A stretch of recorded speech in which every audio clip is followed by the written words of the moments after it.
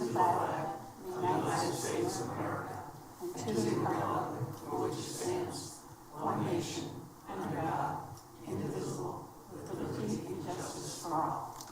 Thank you. Okay. So if we can get a motion for the adoption of the agenda. So moved. Second. All in favor? Raise your right hand. Okay.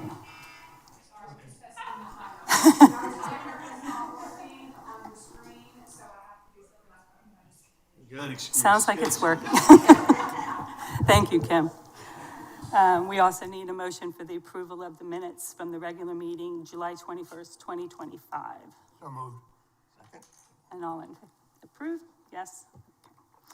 And we also now have a period for public comment on non-agenda items. So if you're here to speak on anything that's not listed, not listed under new business, please approach the podium, and we're happy to hear from you. Please state your name and address for the record. Welcome. Good morning. Good morning. My name is Mike Flashberg, live at 3 Camellia. Okay. My issue is with the parking regulations in the Holiday Homes division. And my question is, if people have a party at their house, a large gathering, where do people park? Which would be a challenge, birthday parties, etc. And people then have no access or limited access, so which could affect people who have, disabilities. Okay. Well, thank you for the question. And just, and someone can correct me if I'm wrong. I believe Sean is in the room somewhere, and I know Bob is, our Director of Public Safety. The parking signs that were put up in Holiday Homes are specifically addressing the short-term rental homes and not the residents' homes. So if you as a resident want to park on the street or have a party and need additional parking on the street, those signs do not pertain to you. Our short-term rental ordinance currently requires that all of the cars are kept on property and not on the streets. And so in an effort to help enforce that, the signs were installed. Thank you for the clarification. You're welcome. All right, is there anyone else? I've got some sign-up sheets. Would you like me to call the names? Sure, absolutely. We have Chester Williams for 5. You don't want to speak? Okay. And we have Dave Ferguson.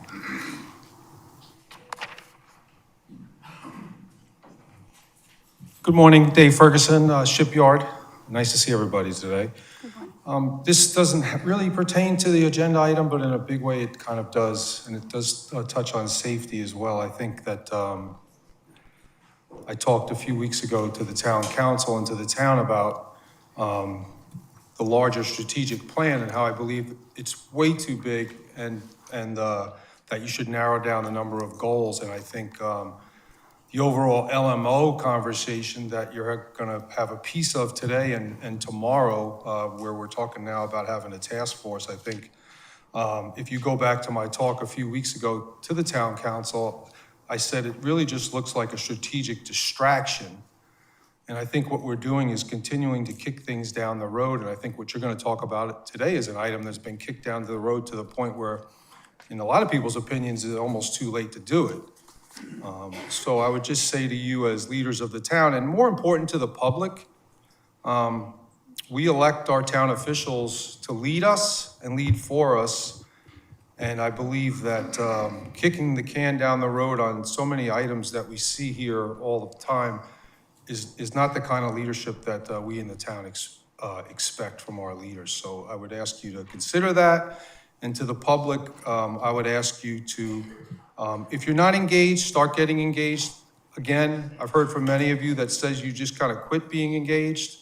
Come out, get engaged with us, show up at these meetings, start some small groups and get engaged so that we can get the leadership of this town moving in a Is this quicker a comment direction. for town council or, I understand that. okay, Okay, thank you. thank you.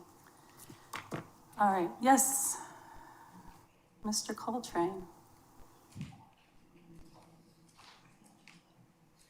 Ms. Becker, members of the committee, my name is Curtis Coltrane.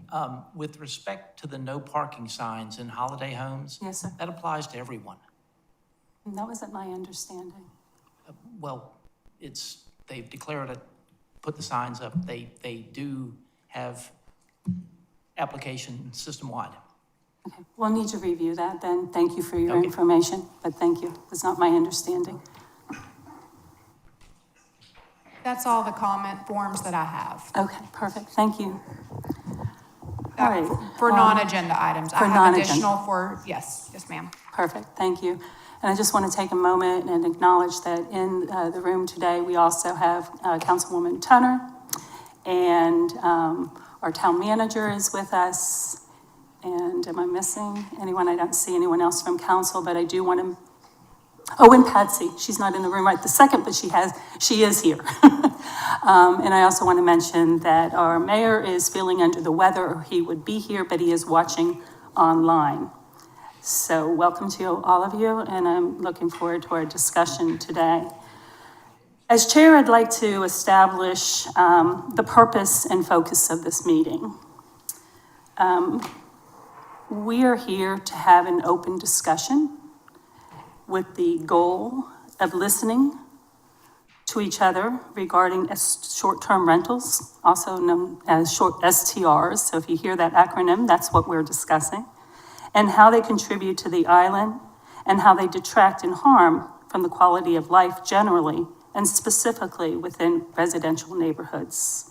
We're going to discuss the pros and cons of those situations and try to achieve the outcome of procedures and implementing of policy that will help to address those goals. So you'll hear a lot of that. I'm looking forward to your conversation and input. I think it's important that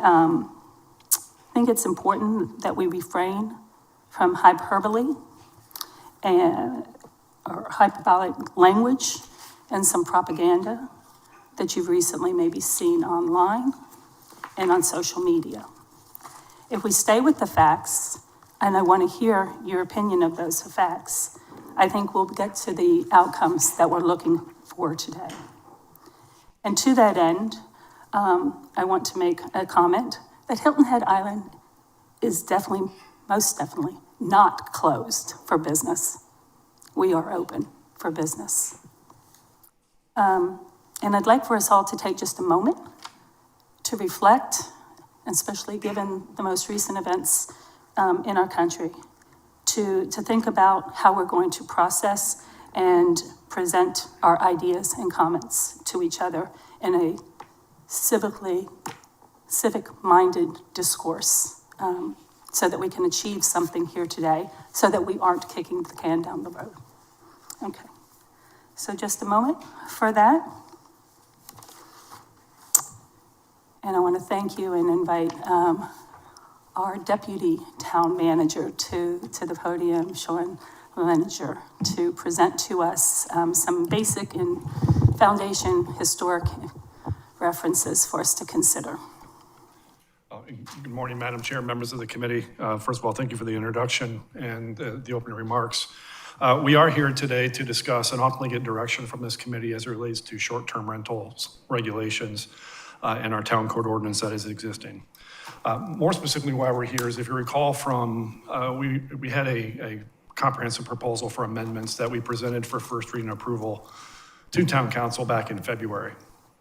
Ultimately, that first reading approval did fail, but as that motion was made and the action that was taken resulted in the failure, we were asked to continue this conversation at a later date.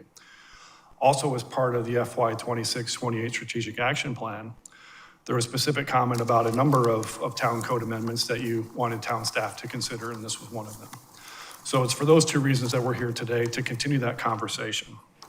In order to continue that conversation, we provided a lot of information back from February where we left off, as we talked a lot about this topic through FY '24 and then into this current fiscal year, FY '25 in this current fiscal year.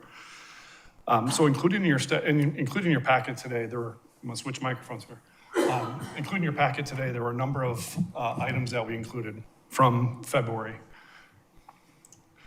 The first was the staff report that provided a comprehensive analysis of what we had heard, what we were trying to accomplish, and then specific code recommendations that we were making. And if you go back to that staff report, and I'll go through a lot of the data here in a second, what we had heard through a variety of conversations with town council, with members of the public, with members of the short-term rental industry, was that we need to, and I'm gonna read for a second here because I think it's important. We need the ability to manage property owners who violate short-term rental regulations through escalating fines instead of criminal charges. And we've actually taken some action to address that when we provided for administrative citations in the code today. We need the ability to manage property owners who operate a short-term rental property without a valid permit, with fines that are greater than the cost of a permit.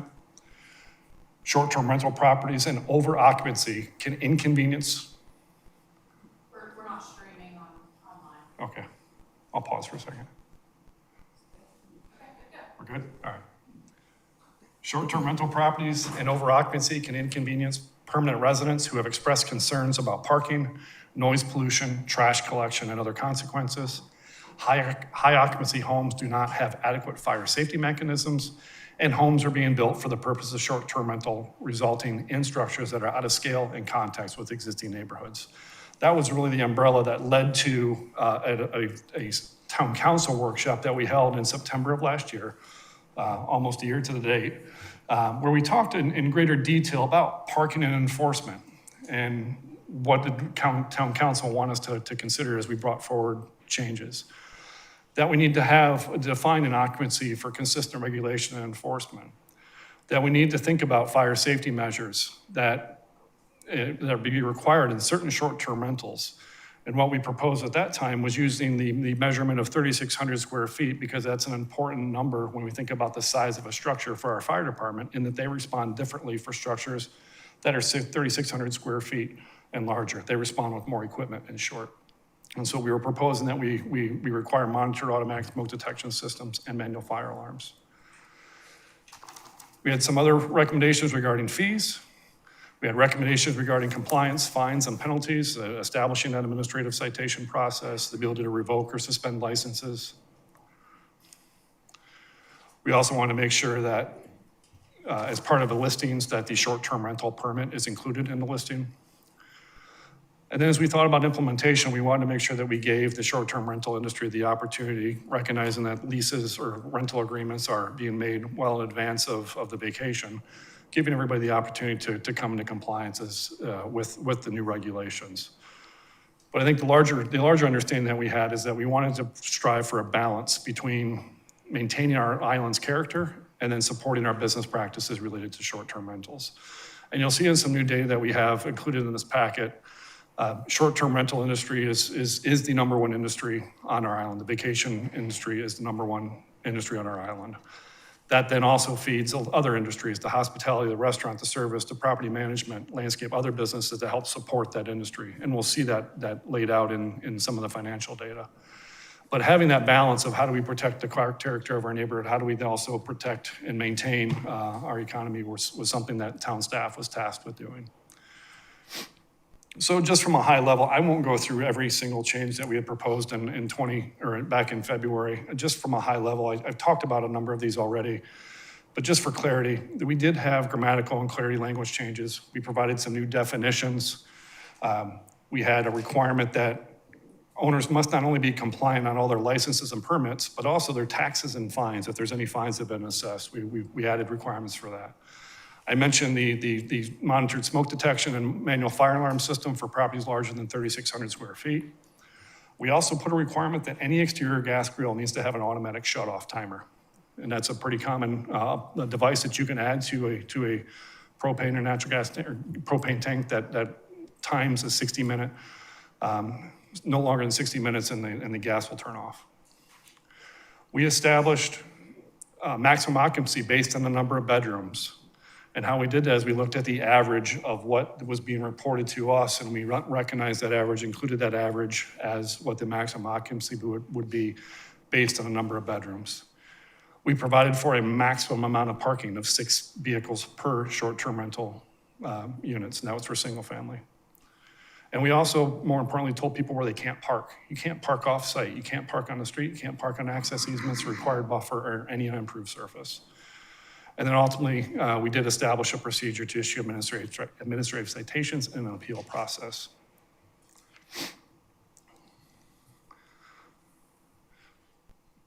So from here, let me switch gears. Let me go over to some of the data, the current data. I'm sorry. We also had the presentation that was given at that meeting that outlines a lot of the same information I shared with you. And I'll come back to this slide, but I want to share this slide because ultimately what we were looking at when we came up with these recommendations is looking at what are best practice considerations when we look around the state, when we look around the region, when we look around the country for how to regulate short-term rentals.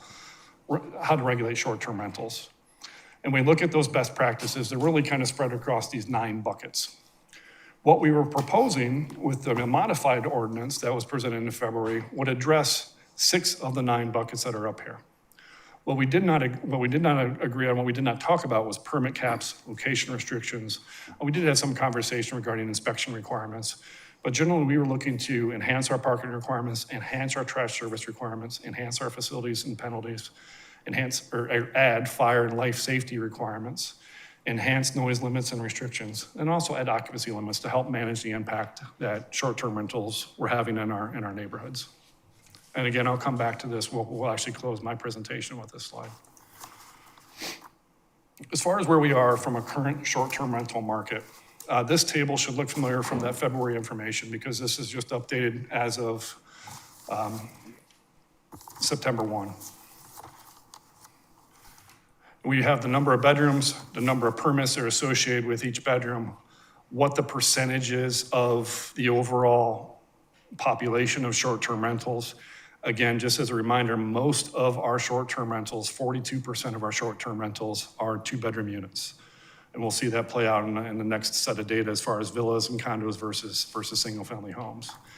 And almost all of our units are 4 bedrooms or less. But we are starting to see more and more 5, 6, 7, 8, 9, 10 bedroom units. You can see the average square footage, the average occupancy that's reported. So anywhere from 4 people in a bedroom or in a studio with an average of 3 on the next column, all the way up to 34 people potentially in a short-term rental.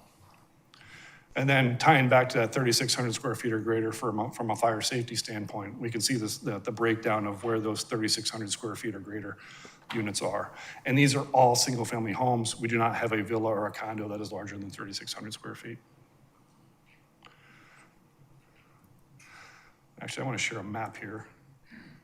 So when we look at where short-term rentals are located, this is a map showing all of the PUDs. So Sea Pines, Shipyard, Leamington, Palmetto Dunes, Palmetto Hall, Hilton Head Plantation, Spanish Wells, Indigo Run, so forth. You can see the number of units that we have identified in each one of the PUDs. We are also showing our historic neighborhoods. So Chaplin, Mitchellville, Squire Pope, the Stonies, and the other historic neighborhoods around the island where how many short-term rentals are in each one of those neighborhoods. But then also looking at South Forest Beach, looking at the Folly Field area and understanding, even though that's not really a neighborhood, they're a whole conglomeration of different subdivisions and neighborhoods, how are those areas being impacted along our beachfronts and those historic neighborhoods, those longer-term neighborhoods that we have in our community.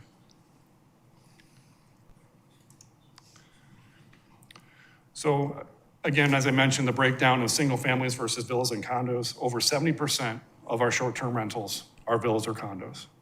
Less than 29% are single family homes. Kind of foreshadowed this already on the map.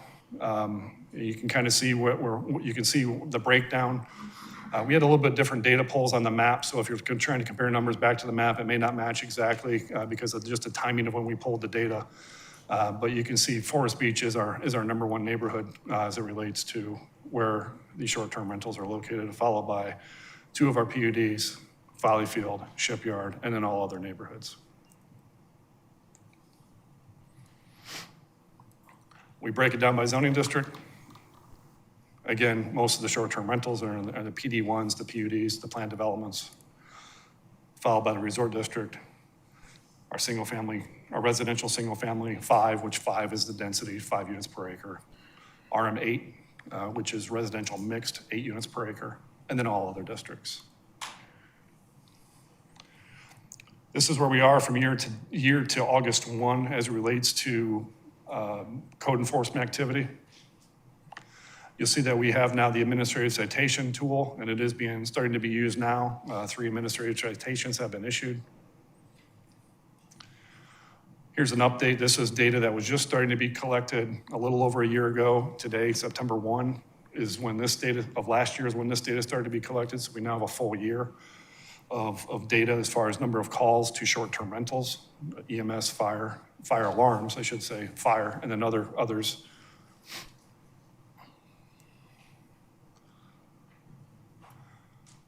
Breaking it down by neighborhood, kind of follows where most of the short-term rentals are, although Forest Beach interestingly drops out. And then this is data that was requested by town council to have by members of town council to have a closer look into what the fiscal impact is of short-term rentals, at least on the town, county, and state budgets as fees and taxes and other revenues are collected. So we first break this out by local taxes and fees. And so this is our 3% A tax that's collected. If you recall from our budget conversations, 1% is just general A tax, and then we pledged 2% to beach preservation. So to be able to re-nourish the beach right now, we collect 2% of our 3% A tax goes just to that, as well as other improvements along our beaches. Our STR permit fees, and then the business license tax, because keep in mind, if you have a short-term rental license, you also have to have a business license associated with it. So that represents a little over $14 million. We also then collect money for the state and the county. 1% goes to the county green space tax, 2% goes to the state, which not all of this comes back to the town, but a large amount of this comes back to the town. And then 5% of state sales tax. So another $29 million in state, county, and a little bit coming back to the town as well from that state A tax. We also contract a number of business licenses for property managers and the business license tax that's associated with it. So that's the current status of units that are here on the island, the fiscal impact of those units, where those units are located. And as I mentioned, I wanted to come back to, if I can figure out how to get back to it. Nope. I wanted to come back to this slide and just close my remarks, and as I hand it back to the committee to help provide us direction. This is kind of the layout of where we were, where we are. Again, these are the best practice considerations and what we were considering before. So you have now what we were before, and that's where we need your direction and guidance onto what is it that we liked that we were proposing before, what did we not like, what did we like but we need to be modified, or what can we modify and then we would like it. Just to give us that direction, with that specific direction in hand, we can then get back to work and put together an ordinance, if the committee so chooses, and ultimately town council so chooses, that addresses these issues that we've been talking about for some time now. So with that, I'll be happy to answer any questions. Thank you, Sean. Are there any questions on just that from our committee? Nothing general, but I'm sure there'll be some as we move So we may circle back. Thank you. Steve, anything specific about the presentation that you want to address at this point? along. Not at this point, no. Not at this point. Okay. One of the things that I would ask, I will have questions and comments, I think, that we'll circle back. I do want to give the folks who have come here time to address us so that we can incorporate that in our thoughts and our questions. But one of the things I'd like to request is that we review, I think, a starting point, which is definitions and what particular things that are identified in the previously written ordinance mean, so that we know that we're all on the same page when we're having this conversation. It's easy to misinterpret when one person is thinking one thing about what that means and what somebody else, what our intention is as a town. So I'd like to add that as a conversation that, am I in trouble again? Okay. As part of the conversation, and perhaps before we even begin with the comments, we can have some of those definitions, or if you would like, I'll leave it to you, because you're gonna have to give us the information. But there are definitions such as enforcement fines, penalties. I think we know what that means. I think we have some of those that have been established. I think there'll be further discussion about what comes next with regard to those. Inspection requirements, parking requirements, noise limits, distraction regulations, trash service, fire and life safety requirements, occupancy limits, location restrictions, permit cap, and fees, as well as what is a resident. We have a definition for what a resident is, and what a interval occupancy is, what a commercial definition might be, what a definition for bedroom is, and then occupancy, and then again, just reiterating what our short-term rental, what short-term rental means, that we've previously defined. So I know that's a lot. So if you want to put that aside for a moment, we can do that. If you want to address some of them, I know some of them is in the document that you pulled up, and we can review the others as we go along. Maybe let me address what's in the document, I think and then so. we can come back and talk about what some of the other items are. But to the point, as we drafted this new ordinance, we did need to craft some additional definitions. Some of those definitions were simply to help us in enforcement, so definition of an agent. But others, like bedroom, maximum occupancy, those were definitions that were explicitly tied to the regulations that we were recommending back in February. And I don't know if you want me to read, I could read these, but we did provide definitions for bedroom, for maximum occupancy, trying to use best practices, trying to utilize existing guidance that we had through building codes, through fire safety codes, when it comes to bedrooms, and maximum occupancy. So I think the bedroom question, what defines a bedroom, which I think is in this document, I think that's something that we should address. So a bedroom, as it's defined in this document, means a room within a short-term rental property that is designated, designed, and used as a sleeping area rather than a living, dining, or common space. The room must meet building and safety codes and be primarily used for sleeping, and typically contains at least one window, a door, and a bed or other sleeping furniture.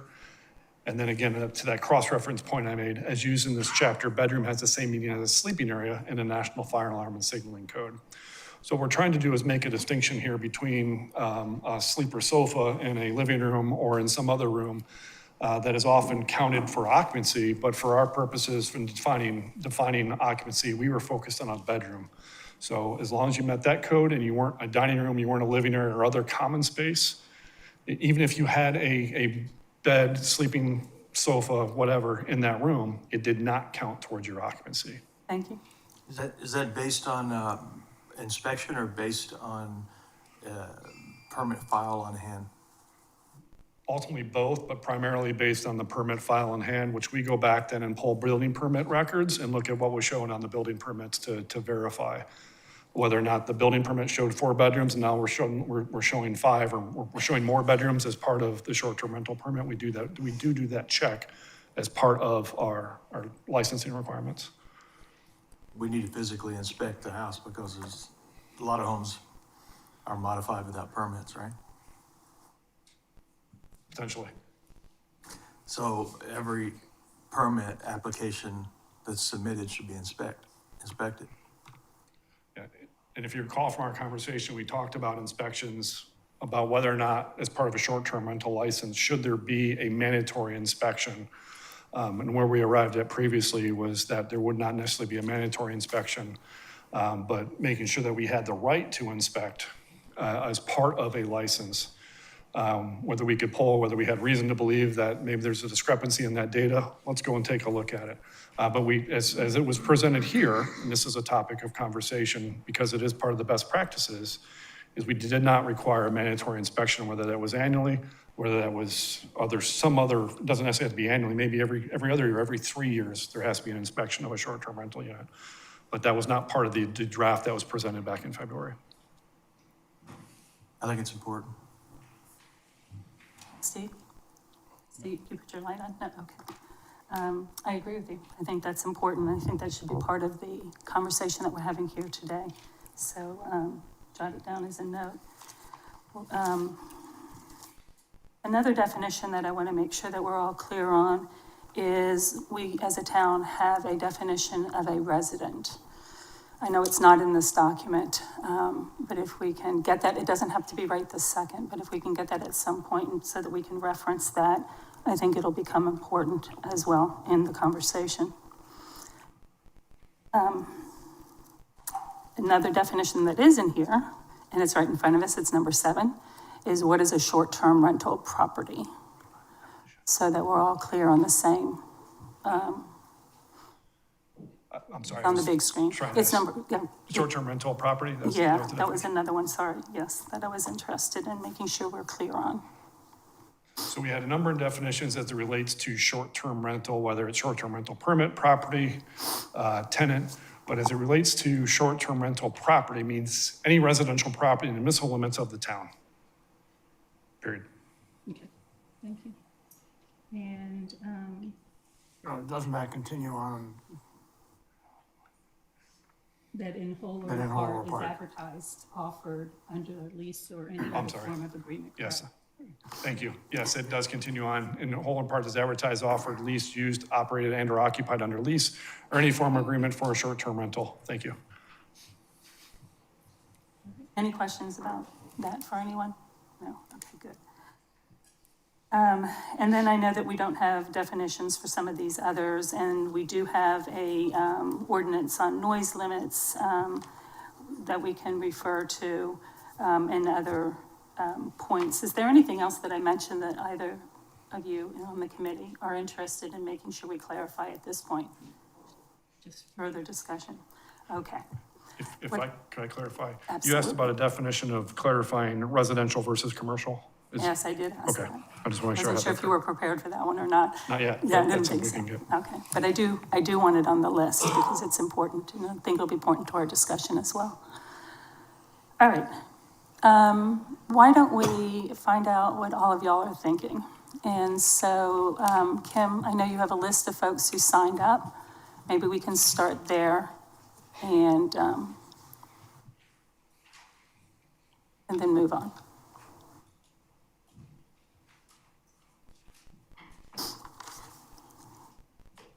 Jenny Jackson.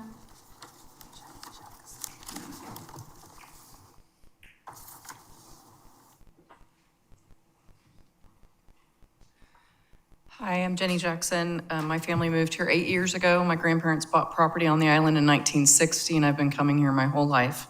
It is a resort community. We need to be responsible with the development, but I think we need to be very careful about terms that we use. I also sell real estate on the island, and I've had calls from 4 clients this week who have halted their searches for properties on Hilton Head because they saw what was in the media about a potential moratorium, and they would be looking to buy the condo villa on, 2-bedroom for a short-term rental, and saw the word moratorium on short-term rentals, and so they have paused their searches. And we can all sit here and say, oh, well, they'll probably come back and buy after that. But when you're looking in other markets, we could lose a lot of people if we drag this out and have the inflammatory speech that some of you have spoken about. I feel like we need to be very responsible, and we need to be able to live on the island, have our tourist communities enforce the regulations that we have on the books and make sure that we do that. I think some of the questions that you asked Mr. DeSimone about, do we inspect 4 bedrooms and things of that nature,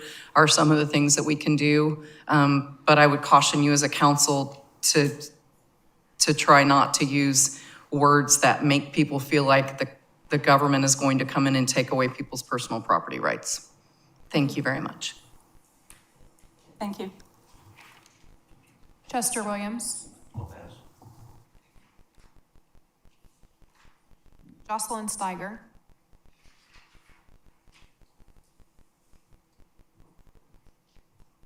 Good morning. Good morning, welcome. Can you hear me? Yeah. My name is Jocelyn Steiger, and I serve as the Government Affairs Director for the Hilton Head Area Realtors. I'm representing 1,600 realtors and the property owners and investors they serve. I'm here to speak specifically on the idea of a proposed moratorium on short-term rentals. Hilton Head has long been a community shaped by tourism. Short-term rentals are not just a lodging option, they are a vital part of our island's economy and our identity. A moratorium, even a temporary one, carries serious unintended consequences. The town's own data shows that there are more than 7,000 licensed STRs generating over $14 million annually in local taxes and fees, including $7.3 million for beach preservation alone.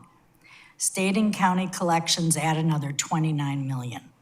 This revenue supports the very infrastructure, services, and natural resources that make Hilton Head such a desirable place to live and to visit. A moratorium puts this funding stream at risk. We are already seeing the market react.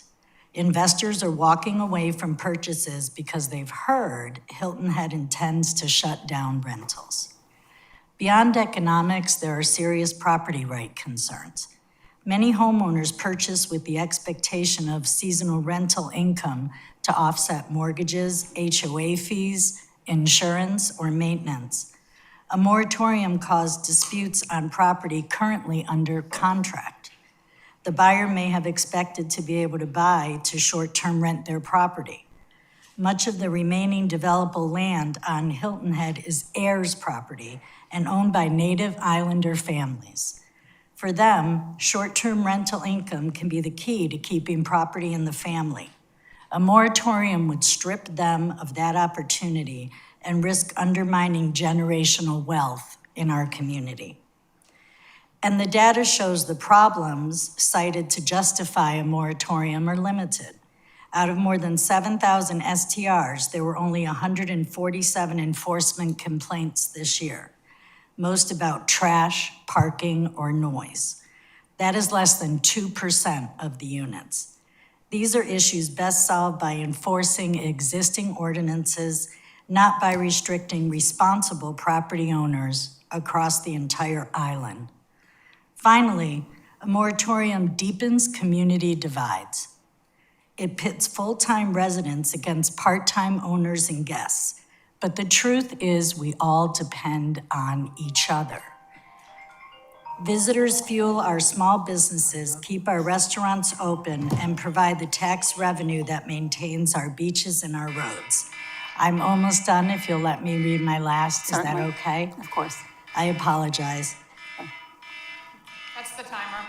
I know, she said That's I fine. could read the. Not the fire alarm, huh? We're In gonna, short, a moratorium is an axe where a scalpel is needed. Hilton Head can address localized concerns with other tools such as targeted enforcement or zoning adjustments.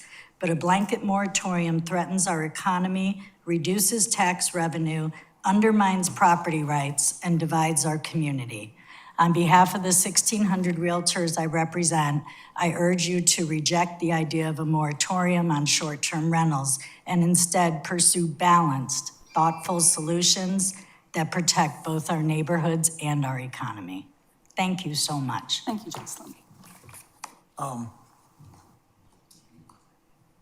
Today is really not the moratorium discussion. We're gonna have a moratorium workshop tomorrow.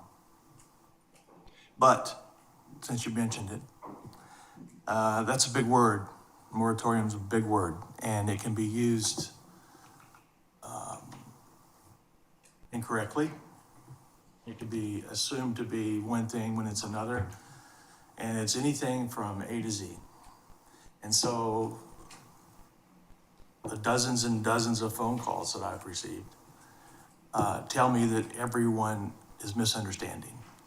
100% of the phone calls not even one, has understood, and that rumor and assumption has everyone running wild.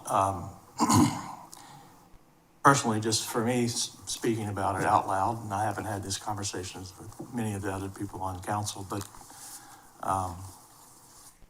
for me, it's not the discussion of moratorium is not about canceling short-term rentals. It's never been about canceling short-term rentals.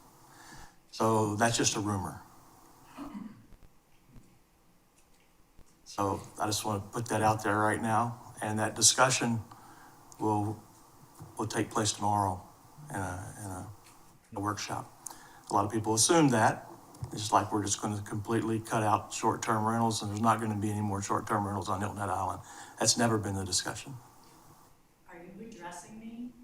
Everyone but you, yeah. Because I wouldn't respond. Well, go ahead. This is a conversation. If you'd like to, we can do that. You'll need to speak into the microphone for it to be recorded. Yeah. This is a conversation. I know you speak for a massive group I But- think you need to understand that that word was put out there, Yes. and that's all it takes. I know, that's what I said. It's a big word. That's all it takes. And specifically, the agenda item is for a moratorium to be able to get permits for major subdivisions, short-term rentals, and timeshares. So I wouldn't put an agenda item out on your agenda unless it's really up for discussion. So I'm not understanding why you think it's a rumor when it's. No, I said to jump to the conclusion of what you say is going to happen is a rumor. I don't think we said it was going to happen. I think we're doing everything possible to make sure it doesn't happen. If I can just Because jump we're supposed to be assessing it, Right. right? So part of the assessment is trying to let all of you know what the unintended consequences of doing it would be. And I appreciate hearing that, and I hope that others will share their opinions in such a respectful and caring way. I want to say, though, that one of my points with regard to definitions is just this. Moratorium is a word, and we have not defined it. So until this council does, we don't know what moratorium actually might mean if it were to even move forward to that point. So moratorium right now is a concept without a definition. And I think that to Steve's point, that definition will become more clear as we discuss it tomorrow.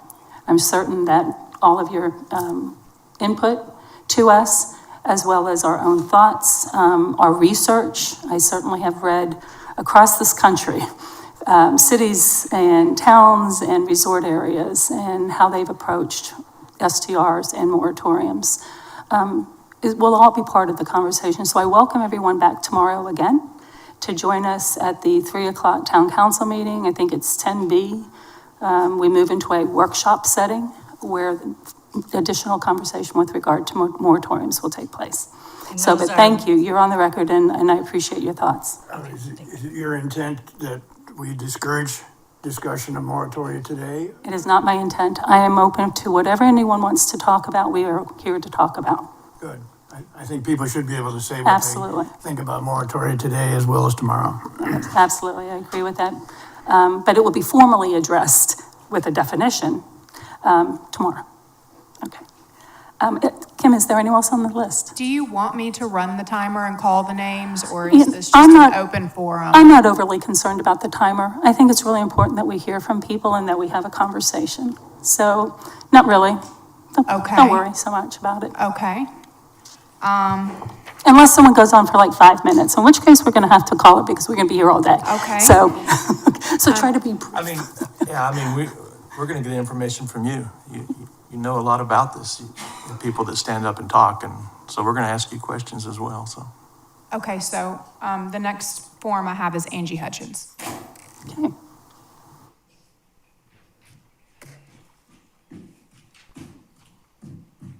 Hi, Angie Welcome. Hutchins, and I brought my clock so that, because I like a timer, but it's nice to have that freedom. Well, you're so- welcome to have one, Angie. Thank you. Well, no, I've got my clock. I got a new thing. Okay. Anyway, Angie No Hutchins, currently living in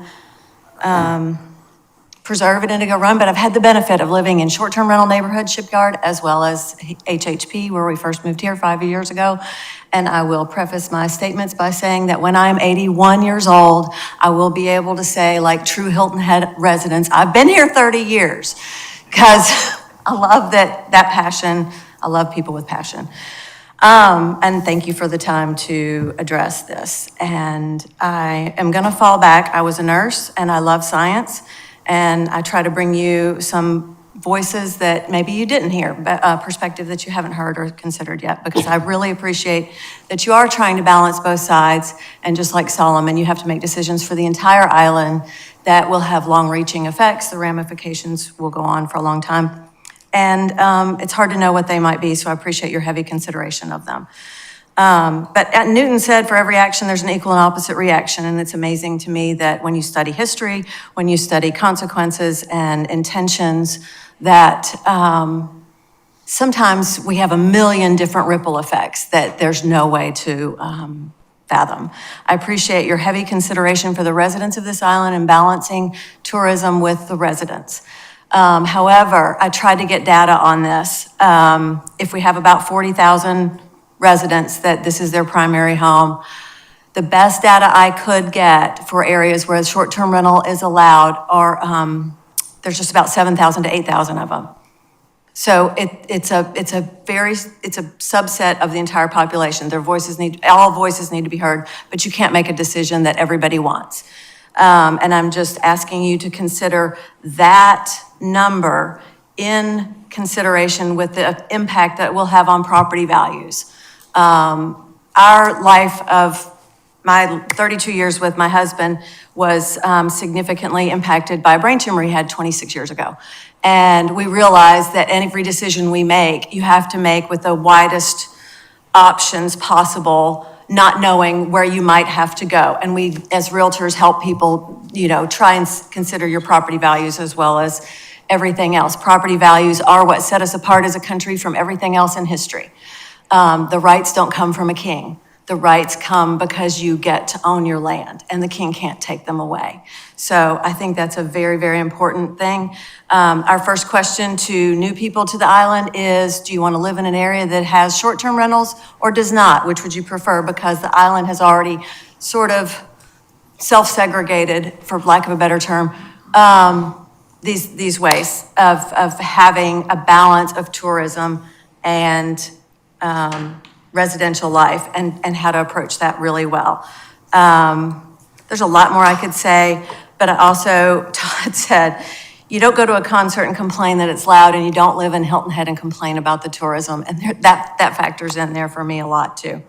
But there's a lot of action. There's a lot of consequences to consider. I'm seriously, and I'll do one more thing, and that's it. Seriously concerned about the idea of having inspections. And maybe for that minority, when the numbers were presented of, after X number of bedrooms getting inspections, Elon Musk said it best, we don't want to have more referees on the court than players. Thank you. Thank you, Angel. Yeah. Anyone else has signed up? Beth Petro. Beth? Welcome. Good morning. I came to this meeting this morning. I know a lot of people have predetermined statements. I've never really been one for that because I like to hear what's being said first. I very much appreciate that there is finally some version of a discussion on this word moratorium because, as it's been stated, it is such a jarring word that it has really set off a lot of unknowns. So I've tried to stay back, but we unfortunately live in a very reactionary place. So you hear that word and then it ripples. What is the plan? Is it going to be a proposed 6 month or a year? What are we trying to get from that? I know we've had these discussions in other town council meetings, but it's been very light on what that actually means. Are we trying to establish the fact that these 7,000 short-term rentals that are on the island that actually have gone down in number, if you go from the data that was presented in February and September of last year to what was in the packet that that Sean was going over. It may not be a huge decrease yet, but there was the start of the decrease in these short-term rentals. And they are mainly, as we saw, in 2 and 3 bedroom villas versus residential homes. So what is the end game here? Are we trying to, I guess I should start by saying is as a short-term rental property manager, but I'm also an island resident of 35 years. So I've seen all of this throughout. I grew up on this island. The balance is what we are all striving for, but the use of these words set off discussions, scaredness.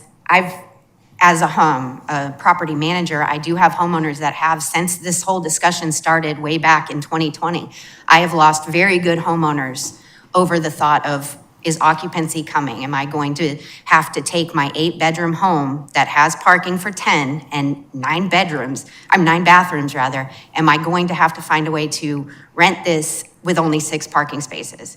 Just the discussion of that way back when has caused people to start to sell their homes.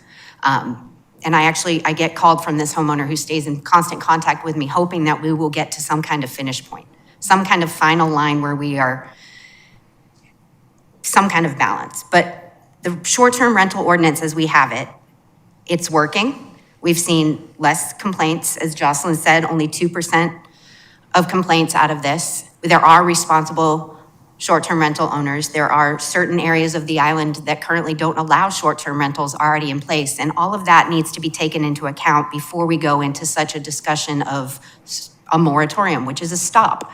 Regardless of what you think or what we are planning to do, the word moratorium means a stop of some kind. So clarifying that, I think, would help a lot of these discussions, but it's also very hard to have these discussions without knowing what that proposed discussion is going to be. Thank you. Fair enough. Thank you, Beth. Like I said, tomorrow's probably the big day to get this going, but, I gotta say it. I was on council once before, back in 95 to 02, and I was involved in a moratorium. We put in a moratorium for building permits. And it was a great idea at the time we put it in. Because, moratoriums are used for emergency situations, and it was kind of an emergency. But there's a lot of fallout from a moratorium. And back then we found out quickly, you've got contractors and subcontractors and their families. You've got lumber companies and supply companies and appliance companies and roofing companies, and you name it, and their employees. And when you put that moratorium, that building permit moratorium in, it was a financial problem for thousands and thousands of people. When we ourselves, setting up here, have the opportunity to what we're talking about today, that Sean presented us, to fixing our problem, just like then, without probably putting in a moratorium. So tomorrow, as we discuss that, I think about the past. And it's going to be difficult for me to put in a moratorium when I know that we can probably solve our problems without it. But tomorrow that discussion starts. Thank you. Steve, do you have any feedback? Okay. I just want to address the complaints, because I know that that's shown in the data that we received, and it's been referenced, I think, twice now. The complaints come in many different forms. The data that you see, and Sean can correct me, or whoever wants to correct me can correct me, it comes from GovOS, which is the company that we use to monitor short-term rentals across the island. Short-term, and anyone who knows or has ever listened to me on this topic knows that I think that GovOS is less than perfect. I've experienced it myself. And so the data that we collect from them, I don't consider to be the be-all, end-all. Perhaps it's a starting point. But I also know that each and every community that exists, that has an HOA and its own security, collects their own complaint data. And I've spoken to several, at least in my ward, and I've asked them to submit that information to the town so that it can be incorporated. I'm not sure whether or not that data has been incorporated in what we see. I suspect it hasn't. But I also want to talk about a couple of other categories of complaints.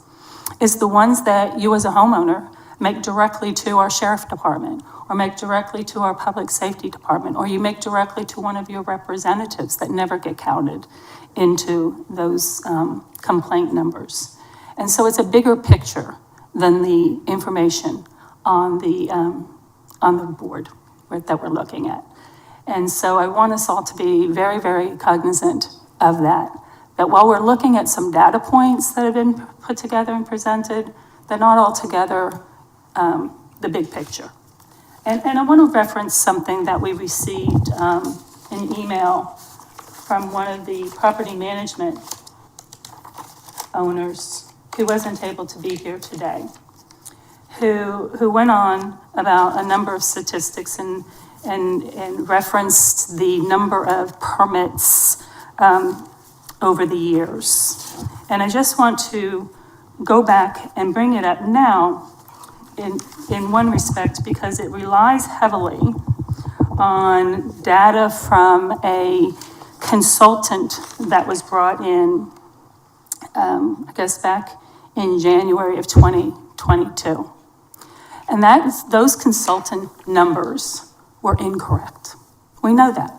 It was proven that those numbers that were being presented that reached the highest of, I think, 9,000 some odd, maybe it was low 10,000, were incorrect numbers. Those aren't reliable to compare ourselves to today when you're saying we're at 7,000, but it used to be 9,000. Because we know those numbers weren't right.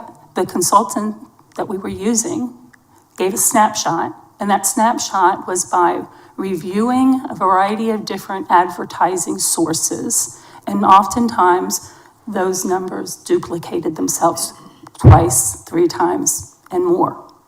So we can't now sit and compare the current today numbers to those numbers.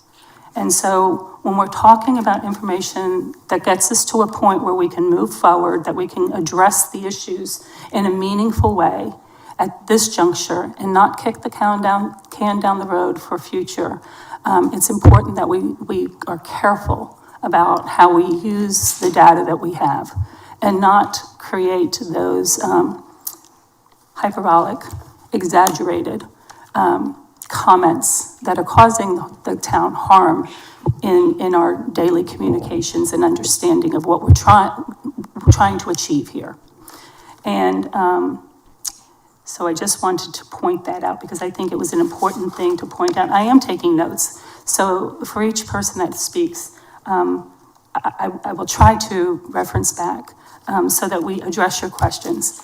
I don't like it when people stand up and talk and think they weren't heard and just sit down and time moves on.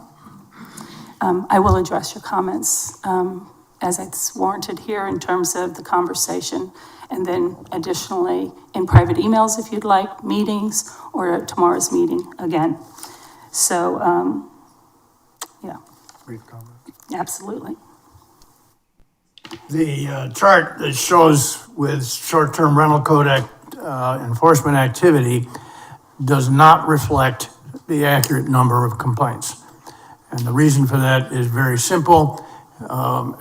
In Sea Pines, for example, most of the complaints go directly to the community service associates and are not reported to the town.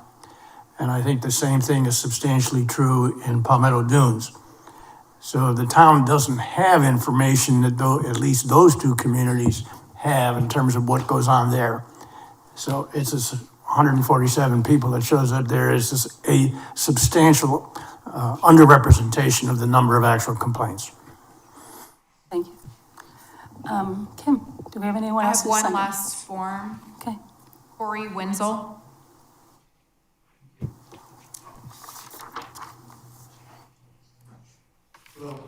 Hello, welcome. I'm Corey Wenzel. I live at 249 Waterfowl. And first of all, I appreciate your service. Cannot imagine the thanklessness that you go through every single day. I would not wish it upon anyone. But I have a couple of points and actually a couple of questions for staff, if they could answer. I believe a hotel is not an STR, correct? It is interval occupancy or a separate license. Is that accurate? So commercial districts on like South Forest Beach, they're not registered as STRs because they're like a hotel, right? Exactly. Okay, thank you for that clarification. When you put residential up there, I wonder if that should be in your definition again and add a subset to it because it is incredibly confusing. I read residential as a property developer all throughout the country, and I include a hotel in that without the definition below it, just more of the definitions. I do have a question about your data points. So on that aspect, though, I could also make the assumption that the total code enforcement activity is accurate because it's a right number. We can confirm it's 147. I don't disagree, there could be other complaints. But I could also infer that the same person could be complaining hundreds and hundreds of times to that HOA because it has a short-term rental next door to it. So there has to be distortion on both sides, correct? So you're bringing up a lot of examples of where there could be additional issues, right? Could it also not be inferred that it's the same person hundreds and hundreds of times going to those specific associations because they live next door to an STR?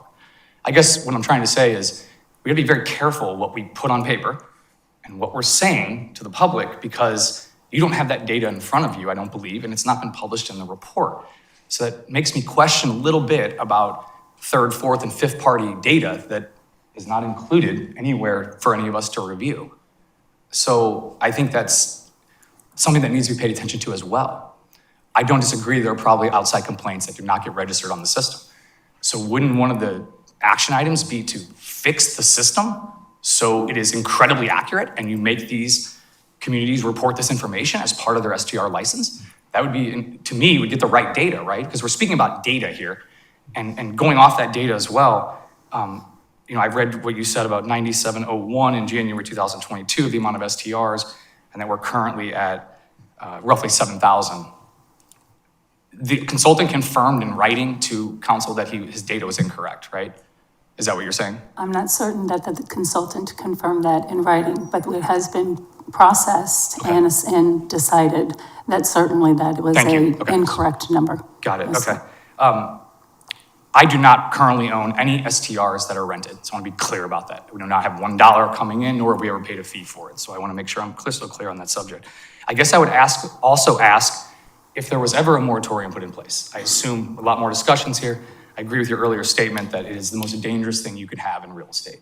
It kind of equals death. I don't care what anyone says. When you put a moratorium in place where you stop a process, you stop tens of thousands, if not hundreds of thousands of families that operate below the spectrum of residential and commercial real estate. So I guess my question would be, if that's even on the table or even a consideration, I'd like a copy of the bond reports that I hope our finance administration has been studying on our AAA credit rating. I've talked to colleagues in New York, and they're incredibly concerned if you put a moratorium in place. Your bond ratings are based upon your current future revenue and litigation that could occur therefore of. So when all those pieces are put in the puzzle, the actuarials and the underwriters are going to review our bonds all the time and put us on a red notice because we put a moratorium in place if it occurred. Do we have studies or information from consultants that have looked at this, if this is really something that's on the table? Has council done any work outside of or looked at the financial impact that just on our current AAA credit rated bonds? That's a direct question. And I think it's a good question, and Yes. I'm not trying to avoid it, but Yes. I do think it's a question that's best answered tomorrow during the workshop, because other people will be here. Can I ask if there has been a study done? Are you aware of a study where any financial consultant was paid for any additional research if there was ever the possibility of a moratorium on the island? Because it has been discussed for years, so I didn't know if there was any funds that had ever been spent on it or any third-party experts that have looked at the situation. This is a conversation that we're entering in discussion that will happen tomorrow. And nothing than my knowledge, if you want my personal knowledge is that that information you're asking for very well may be limited when it's reported. I'm sorry, I don't understand your answer, Tamara. The information that you're requesting. Yes. My personal answer at this point, since you seem to want one, and that's fine. Well, I just want a yes or no. No, I don't have a yes or no. So if you want yes or no, then I'm going to say no with a qualifier, and you'll find out tomorrow from others. Has there, follow up to that, has there ever been any studies or talked with general counsel about the possibility of beyond extensive litigation and how the island would work through that or cover it?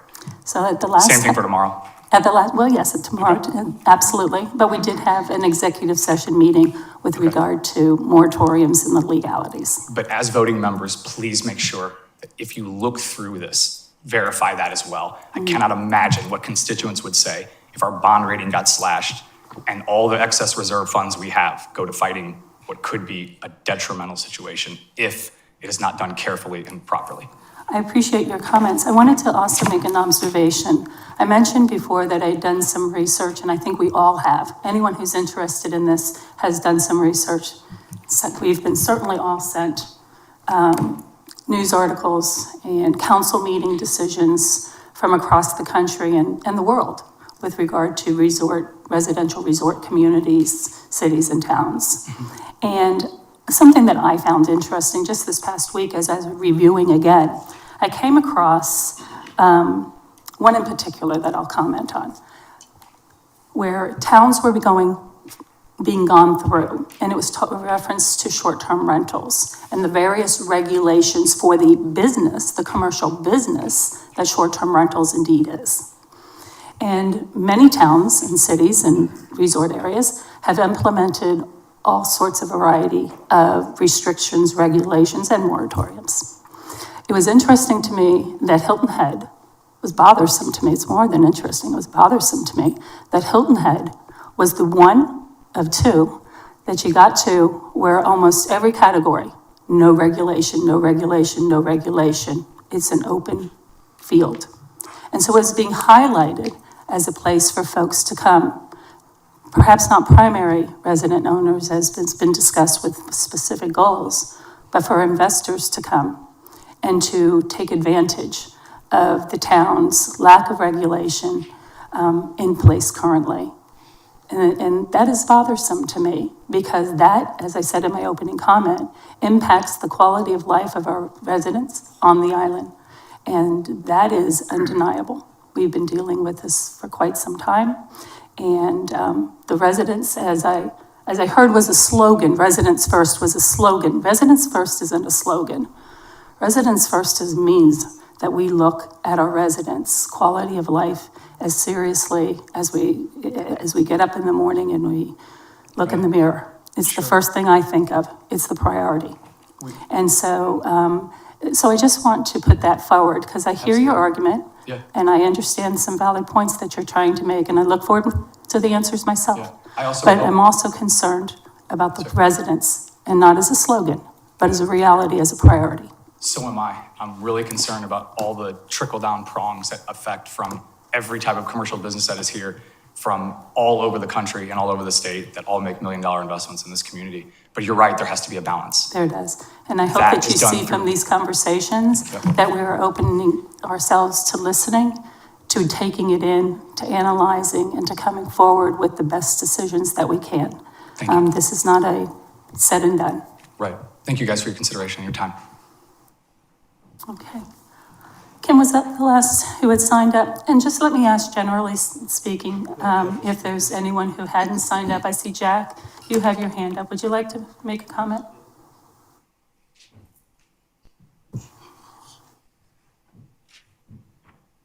Hello, Hi, Jack. Jack Daly. I have a business in Forest Beach and I live in Forest Beach. So I do believe in the balance that we try to strike as Hilton Head between short-term rentals and residents. It has to be a balance and it's tricky. But I do want to speak about one specific issue that's not for or against short-term rentals. And I want to thank Steve Desimone. And if you're new here, the nameplates are switched. About safety. And I know a lot of homes in our area were maybe 4-bedroom, 3-bath when they were purchased, now listed as 6-bedroom, 4-bath. I have customers come into my business and say, yeah, we're loving it here, and I have 4 kids in a bunk room with no window. There was a lot of modifications made purely for profit, maybe a blind eye to safety, and honestly, that was kind of the town of Hilton Head was a big partner in that mistake. Beaufort gets inspected twice a year for short-term rentals. Bluffton once. As a small business owner, I have grease trap inspections, maybe 4 times a year, fire inspections, food safety inspections. I have a commercial license. I have a business license. I get inspected all the time.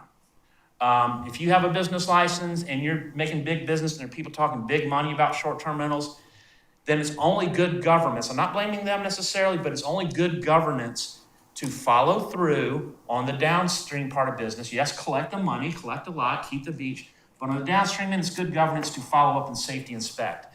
And I think it's embarrassing for Hilton Head to get out hustled by Bluffton and Beaufort because they don't have much money in the short-term rental game.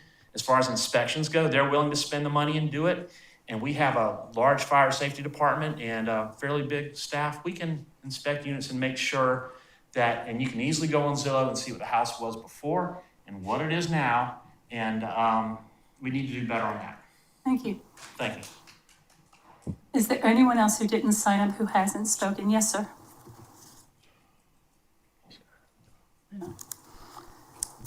Thank you. I'm Lee Stevens. I live at 31 Wisteria Lane in Sea Pines. I came today to listen, but which is why I didn't sign up. But a couple of comments. One, I want to commend the town on putting forth regulations on short-term rentals. It's I think was important. And I also want to commend the enforcement group that their responsiveness in the complaints that I've made or from people in my community. The responsiveness has been terrific. I want to mention that back in the fall of 23, I reached out to Steve, who's our representative, about a home in Sea Pines that's 3-bedroom, 2-bath that was listing on VRBO with Sleeps 24.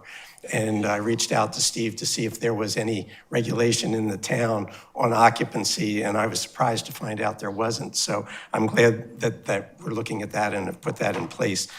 I'm the POA president for a community inside of Sea Pines called Greenwood Forest. We have 190 homes. 70 of those are rentals. 69 of those are owners that do a great job in renting. One is a continuing problem that, again, the enforcement group of the town has done a great job with. So I wanted to mention that the 37% of our owners rent. They all do a great job with it, but the fact that there are regulations that they have to meet, I think, is what makes those 69 of 70 good owners of rental properties. Somebody mentioned earlier that the need for regulations is not for the responsible owners, but for the violators, and I agree with that. I also think that if you look at your numbers of rental units, I think it's considerably undercounted. Particularly in Sea Pines.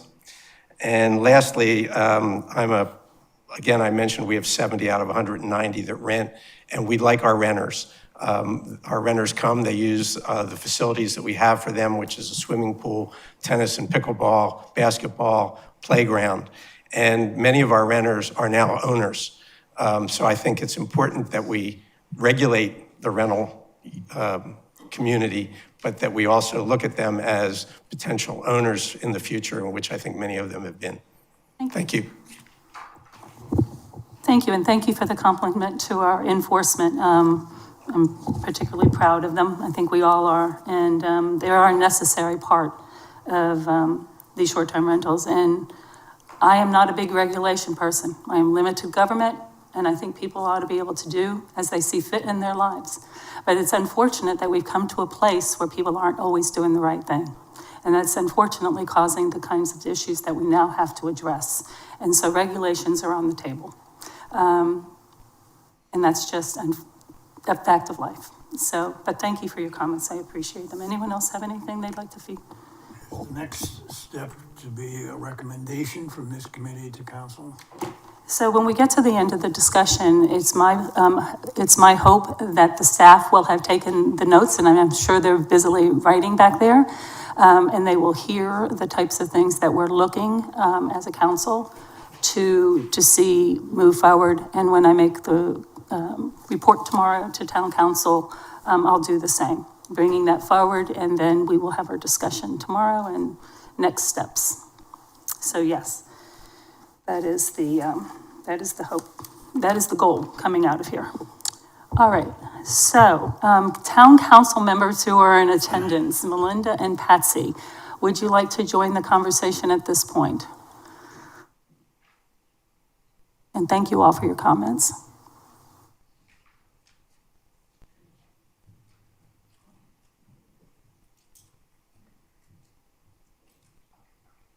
And I just want you to know, as council members, you're not limited to your comments at this juncture. As we begin to go through a series of items, you're certainly welcome to come back up, chime in, move to the front of the room, and sit close by. Sure. Patsy Bryson, Ward 2. I just want to thank the committee for having this on your agenda and for the participation and discussion. It's been very helpful. I've been taking lots of notes with all the different remarks and questions. So I just want to thank folks for that opportunity. But I do hope that you would give us some instruction as to what your thinking is on the proposed regulations before you. I think that'd be really helpful to hear. Thank you. Okay. Melinda, did you have any comments you'd like to make at this point, or would you two like to wait until we get into the meat of the? Okay. Okay. Well, with that, invite Sean. Absolutely, sure. Hi, I'm Matt Lewis. I live in the Holiday Homes neighborhood. I've been sitting there trying to figure out whether I really wanted to say anything or not. We are part of the vocal minority. I think it was said that way. We're a group of residents, 57 building lots, small, quaint 1950s homes through the 70s. Some are newer, some are bigger, some are smaller. And we have a quaint little neighborhood that we really enjoy. We have neighbors that we enjoy. And we bought in that area, waited a whole year until a house came up in that area because it was outside the gates and it was a place where you really could live the island life that you wanted to live in your later years in retirement. Currently, we've been handling or dealing with a situation where the final 3 lots in the subdivision neighborhood have been purchased by a developer, and they're building some 7-bedroom, 5.5-bath homes that look like the resort community across the road from us, Sandcastle Estates. And, you know, their plan is to bring in, I don't know, 20 to 30 people at a time to live in those homes in the short-term rental business. And that's all well and good for them, but it's not well and good for our neighborhood. There's no one in our neighborhood, well, there may be 1 or 2, but most of the people in our neighborhood really enjoy this island. We understand that the island is tourism. We appreciate the tourism, and we don't have anything against the tourism. We just don't want it in our little neighborhood.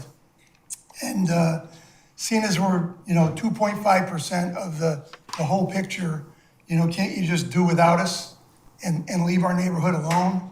And some of the other neighborhoods on the island as well that were originally developed for the workers on this island that are small homes. They're, no big deal to anybody else, but we all like them and we live there for a reason.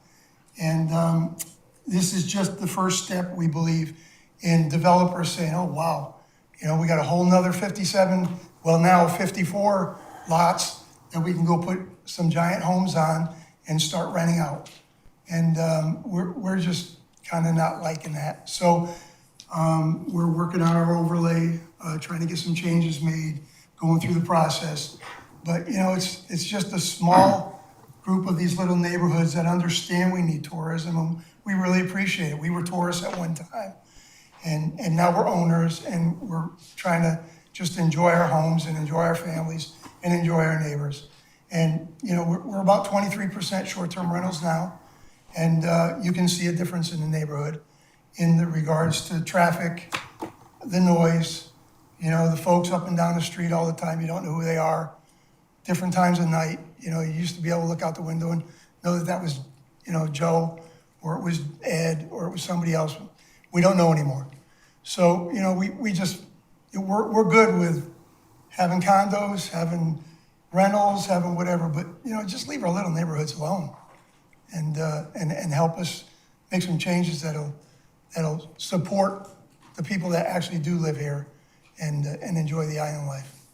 Thank you. Thank you. I think that sums it up in a nutshell for, yes, Ed, you have a comment? Sure. I hadn't planned to speak, but. It's fine. I just think I need to say a few things. Okay. I've been an island resident since the Your early name, sir? 80s. Name and address? Your name for the record? Edwin Ernst. I've been an island resident since the early 80s, and I've lived most of my time in the Holiday Homes neighborhood. A lot of the full-time island residents moved to this island for the unspoiled natural beauty, the large tracts of green and open space, reasonable traffic, and the overall quality of life. I think that is coming to an end because the town has failed to maintain a balance of development on the island. Up in our area in general, all these little out parcels, they're building high-density homes jammed into these lots, and the green space is disappearing foot by foot. So the overall appeal of the island, in my opinion, is diminishing at a rapid rate. As far as our neighborhood, I echo what Matt said. There are numerous small historic neighborhoods on this island that have been predominantly single-family neighborhoods where people have raised their family and people continue to raise children or grandchildren. And there's no protection by the town to prevent these neighborhoods from being taken over by the developers and turned into more short-term rental complexes. I'm not saying that the town needs to do a moratorium. I was a builder back when this other moratorium was discussed, so I know the consequences and I know it from the other side. But I think the key here is balance and reasonableness to maintain the little that is left of the appeal of the island. I mean, I personally don't want to see another Myrtle Beach. I don't know how the general public feels, but, you know, we're at a point where we could get to the point where people aren't going to live here, aren't going to want to live here because the desirability is gone. As far as the small historic neighborhoods, keep the short-term rentals out of them. I'm not against short-term rentals, but keep them in the districts that are designed for high-density tourist activities, not in the private single-family neighborhoods. I mean, I know you all live on the island. You probably worked hard your lives to buy your house, and then you want it to turn into the Holiday Inn next door to you? I'm sure not. That's all we're asking is balance and reasonableness across the island. Keep the high-density short-term rentals where they should be located in the tourist areas. And I also agree, being a builder, that the short-term rentals need regulation from a life safety standpoint. In our neighborhood, you have 3-bedroom, 2-bath homes that they're packing 20 people into these houses. That's not a safe situation. I know there was a house in Palmetto Dunes not long ago that burned and somebody perished. Again, if you're going to create these short-term rental units, have them at occupancies that are commercial. They need to be regulated as such. Thank you, Ed. Thank You've you. brought up some very good points that I think we're going to be discussing momentarily. So, yes, Steve.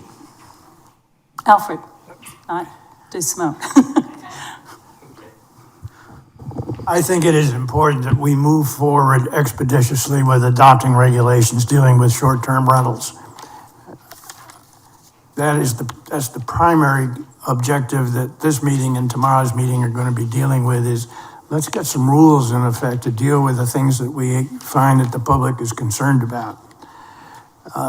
To that end, I believe that the proposals presented by staff and Mr. Leininger this morning are very good ones, and that we should be moving forward with those as presented.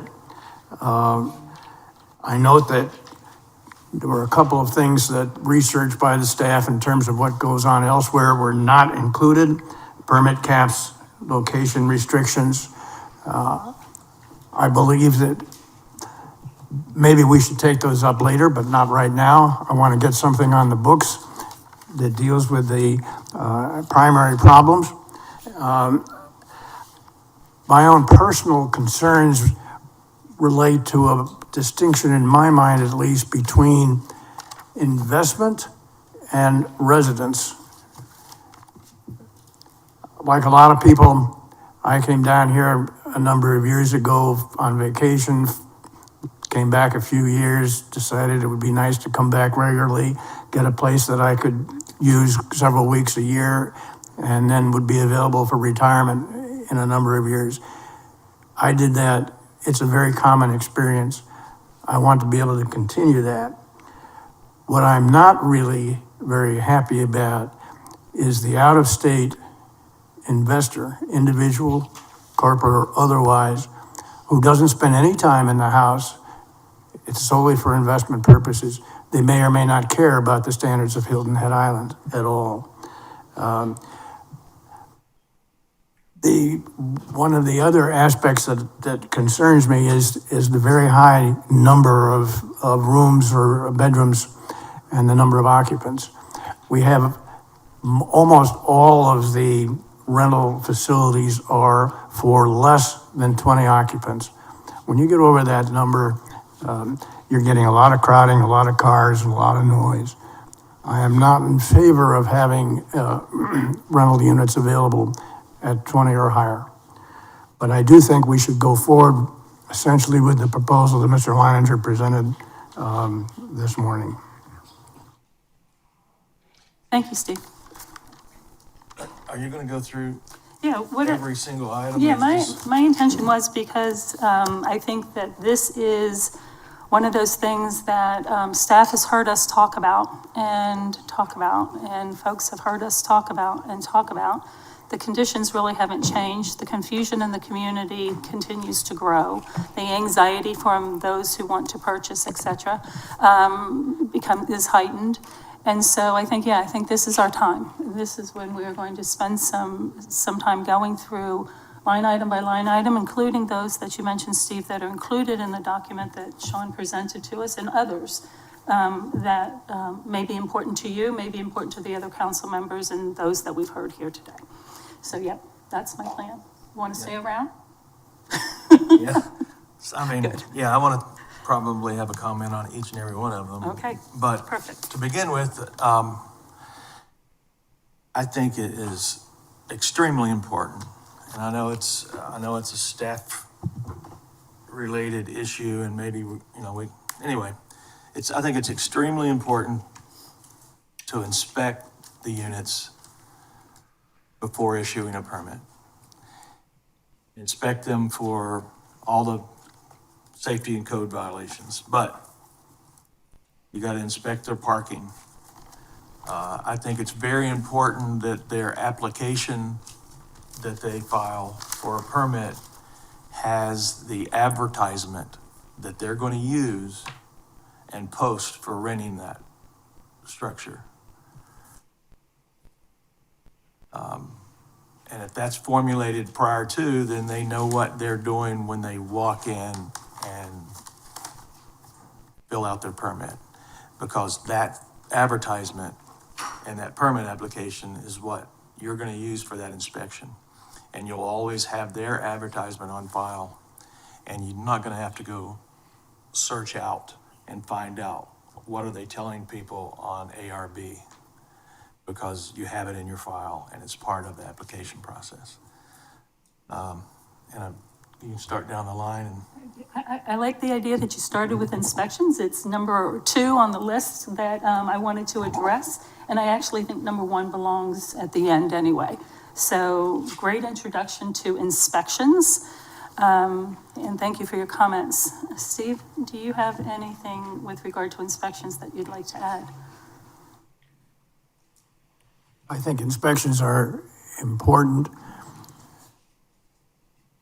I think One thing that is, I understand is being done currently is that there is in fact some study of advertisements that are being made, and that those advertisements are being compared to what's in the permit.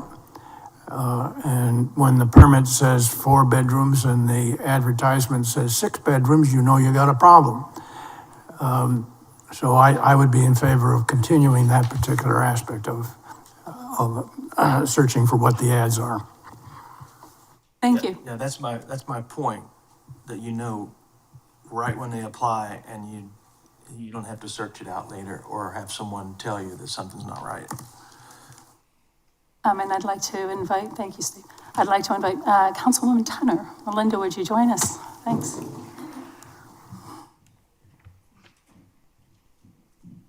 As we go through these, I might have to move up here. I was suggesting the front row. I appreciate you going through each and every one, because to be honest, with all the material that's been presented, I didn't quite know where we were. And I would just want to acknowledge, there's a lot of common ground here. There's a lot of common ground that STRs are creating issues, that we need to take a look at our policies, that we need to do something quickly. And so it's about how we get there. So I appreciate the conversation. It's been very helpful to me to hear everybody's voices. In regards to inspections, I had a question, Steve. When you talk about having an inspection before the permit, are you talking about someone that is new, or are you talking about inspections as the permit is being renewed? Well, definitely for a new permit, or for any permit that's never been inspected. Yeah, okay. And I don't know how many, if any of them, I mean, I'm sure staff would know, have been inspected. But mainly the single-family residential homes, you know. A lot of the villas are what they are. And because there's structured parking, there's managers on duty, there's, you know, it's pretty much policed on its own. I do think we do need to inspect them from time to time, but mainly my focus is on the single-family residential structures. Okay, so on new. And then I think there's the question that was brought up from the audience about then doing inspections on our portfolio, and whether the entire portfolio, so the 7,000, whether we do the 7,000 or we identify criteria, or you look for illogicals, like the example that you gave. It says Mr. DeSimone, but you're Mr. Alfred. You know, I think we need to get particular on that. And I mean, that's where we are today. We need to get particular in that language. So I think we need to address what the new and what the current portfolio is and have a point of view on that. Thank you, Melinda. Patsy, would you like to comment at this point with regard to inspections? You'll wait, okay. So I'm gonna jump in then, unless, Sean, did you have something you wanted to comment on either? Okay. So I think inspections are important. I think when we started this conversation a number of years ago, I thought inspections were important for a number of the reasons you've heard here today. And if our job as council members is safety and public health as our primary responsibilities to the residents, to our visitors, then that's what we have to do. We need to inspect the units, the totality, those in existence currently when they go for their renewal, as well as those that come in as new permits, applications. And a number of things from previous conversations on that come to mind is I recall back prior to even Chief Blankenship, when our former chief was here, it was a matter of how much could they do, because at that point they were being asked potentially to do those inspections. And that there was a cost burden, there was a staff burden, and the rest. So I would submit that the answer to that is to take that burden off of our fire and rescue and place it perhaps in our code enforcement office. And then to pay for it, we should have an inspection fee as part of the permit process. It's as simple as that. If you want to have a permit to run a business, then you, as Jack pointed out, own a business you routinely get inspected by the standards that we either set or that we set and apply to a commercial entity, which these are. And so that's my position. That hasn't changed. We should be inspecting and we should be not adding additional burden, finding more appropriate perhaps space for that, and paying for it by the person who is having the benefit of the short-term rental. So inspections to me are important, but what are they inspecting? So when you apply for a permit, my scenario is that you also must submit a site plan of your property. And within the site plan, you need to provide a interior, home layout. You need to identify the locations of all the safety-related devices, alarms, COs, extinguishers, escape ladders, fire blankets, escape maps. I was recently in a hotel while on a family trip, and we've all been there before and probably have never taken notice, but it occurred to me, and I sent to my fellow council members pictures of the inside of the door, which show an escape plan and what to do and where things are located. They are renting to those of us who have contracted with them for a space and they want to keep us safe. I like that, and I think it's a high time we do that here in Hilton Head. So those are the parameters within which a site plan would need to be provided as part of a permit.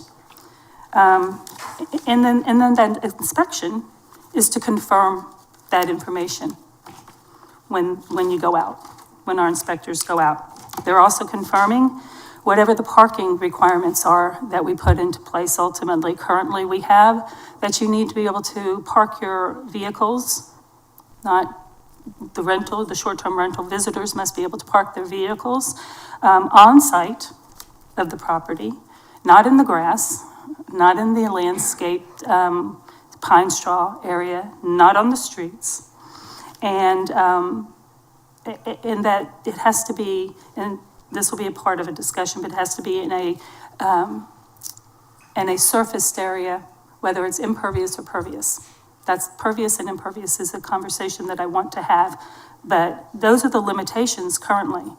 And so if we stick with that and talk about, in addition to that, how many parking spaces are available on site, that should be part of the inspection process. In addition, the permit should include, for those communities that have an HOA or a POA, that they have an approval letter, just like they would if they were coming in to get a building permit, that the covenants in their HOA, POA management, it's been brought up that management can handle these issues. Well, that's good. I'm glad to hear that. But I'd like to see some verification that they've been made aware and that they, too, agree that this is a permit that should move forward because they're the ones having to manage that property in general. So that's important to me with regard to inspections. There are probably additional inspection items that go along with permits, but if this doesn't qualify as an inspection item, it is a permit item, so I guess it is reviewed and inspected.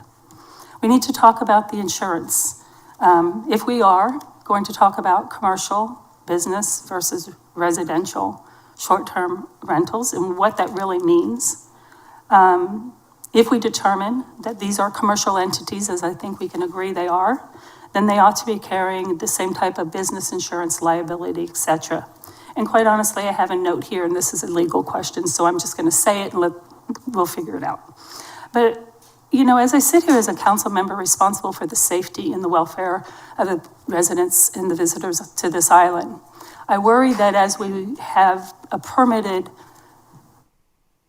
short-term rentals that may or may not be safe, where things could happen, and thank God more haven't happened than have, are we liable as a town?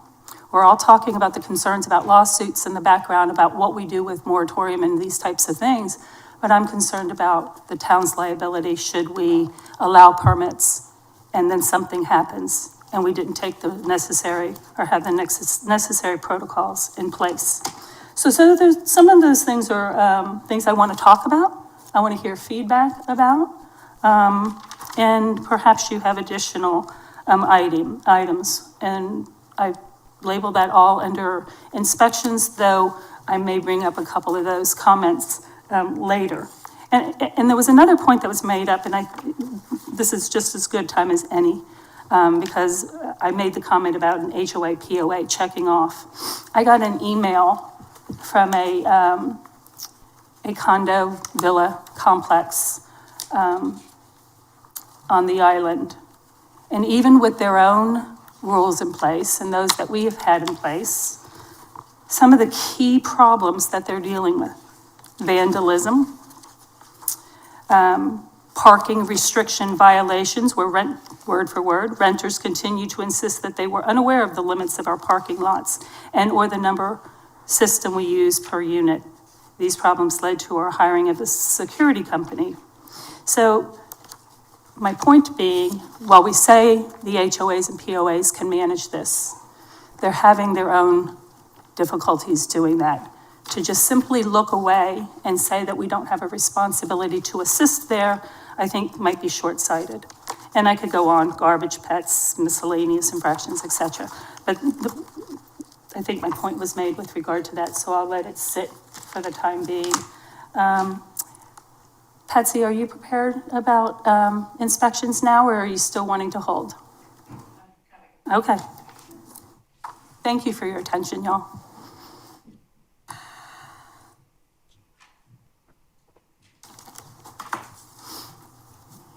Thank you, Madam Chair. I agree with inspections. With about 7,000 permits, we don't have the people power to do all that within 30 days or whatever the time period is. So I think we absolutely need to do them. Let's phase them in. Let's pick the target areas and start with those target areas. Maybe it's the larger homes where we have more concern about life safety issues. And I agree that comparing the ads to the permitting is absolutely essential. I've looked at some of them and I'm shocked at how many, as Mr. Alfred mentioned, how many folks could be in one unit. It's horrifying without life safety measures. I was going to go ahead and address the list, since I think the chair also looked at some other items. So with regard to the proposed amendments that were before the town council in February, the purpose and intent section, I agree with. Definitions, and I think there's some things that need to be clarified, I agree with that. The permit requirements, licenses, fees, and taxes, I do believe that there's two separate kind of STRs that we have. One pretty much are what I would call commercial STRs, the really large structures with large occupancy. And then the other are the smaller ones, like a studio, 1, 2, maybe 3 bedroom condos or villas, which are more single family oriented. But the large, they've been called McMansions, mini hotels. Those are truly commercial properties and do not need to be in single family areas. So additional license or fees for that. The parking requirements, I agree with the comments that the chair's made. There needs to be a maximum number of parking spaces. I don't care how many bedrooms you have. We need to limit the number of parking spaces, and also to prohibit parking all over the property. It's got to be specifically in earmarked areas. Noise limits and restrictions, we've done some of that. Trash service requirements, we've done some of that. Fire and life safety requirements, absolutely. We need to take care of that.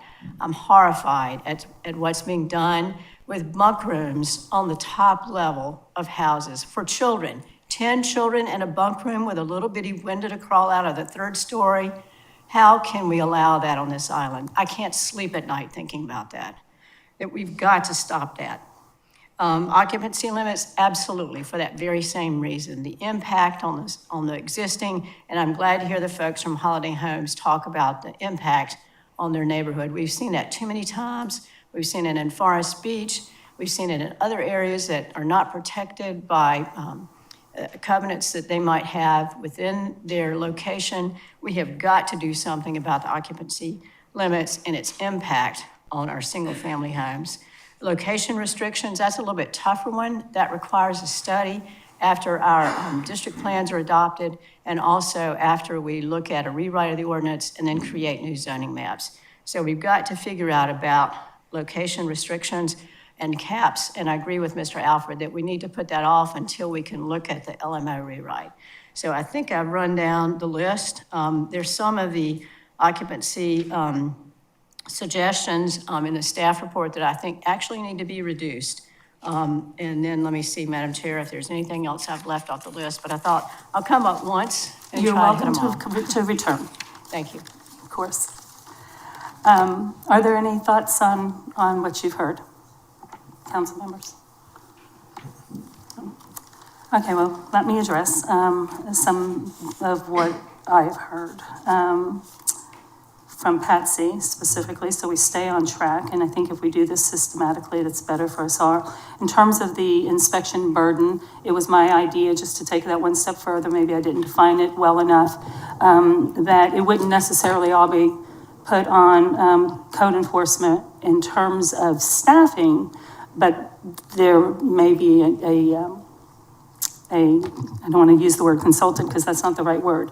There may be another contracted employer for such a thing that we could entertain, again, being paid for by those who are going to have the advantage.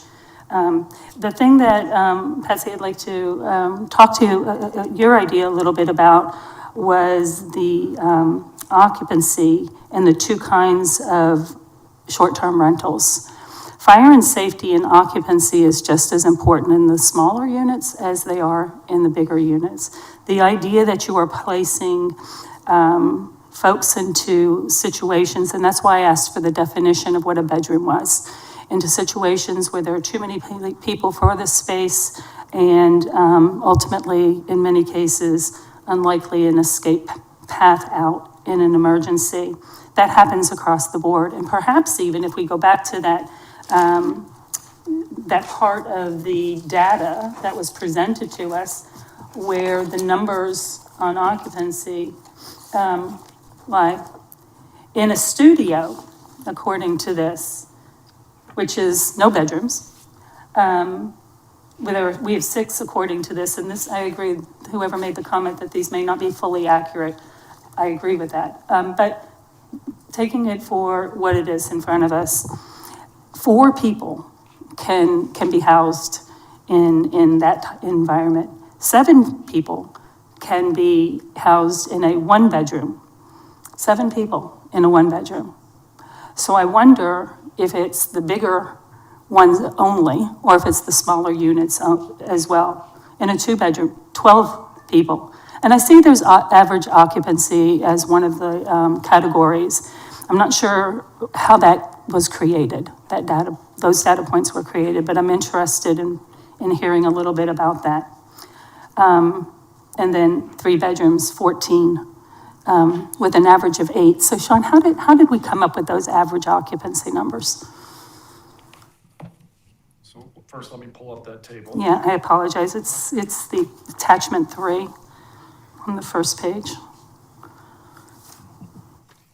So this is data that is reported by the license holders when they submit their permit. So one of they provide to us what their maximum occupancy is. So And they come to that conclusion by themselves. They've come to this conclusion by themselves. Mm-hmm. So this is reported, this is our data, averaging the reported data. This is data that we have based on probably pulling from the county assessor's data for the square footage is what I would suspect where that's coming from. And that's the square footage is coming from the county assessor's data. Okay, so the maximum occupancy is what the applicant has told us they intend to rent to. The maximum that they intend And to then the rent to. average occupancy is what that is across the 6 units? Yeah, so. So not all 6 units have said 4 people, some of them have said a lower number, and so we average it. Yeah, some have said less, some have, but that's the most. So yeah, if you look at two bedrooms, there's 2,985. Somebody, maybe multiple people have reported 12, but the average for that category is 6. Is 6, okay. Okay, all right, thank you for that clarification. And just as a point, studios through 3-bedroom units total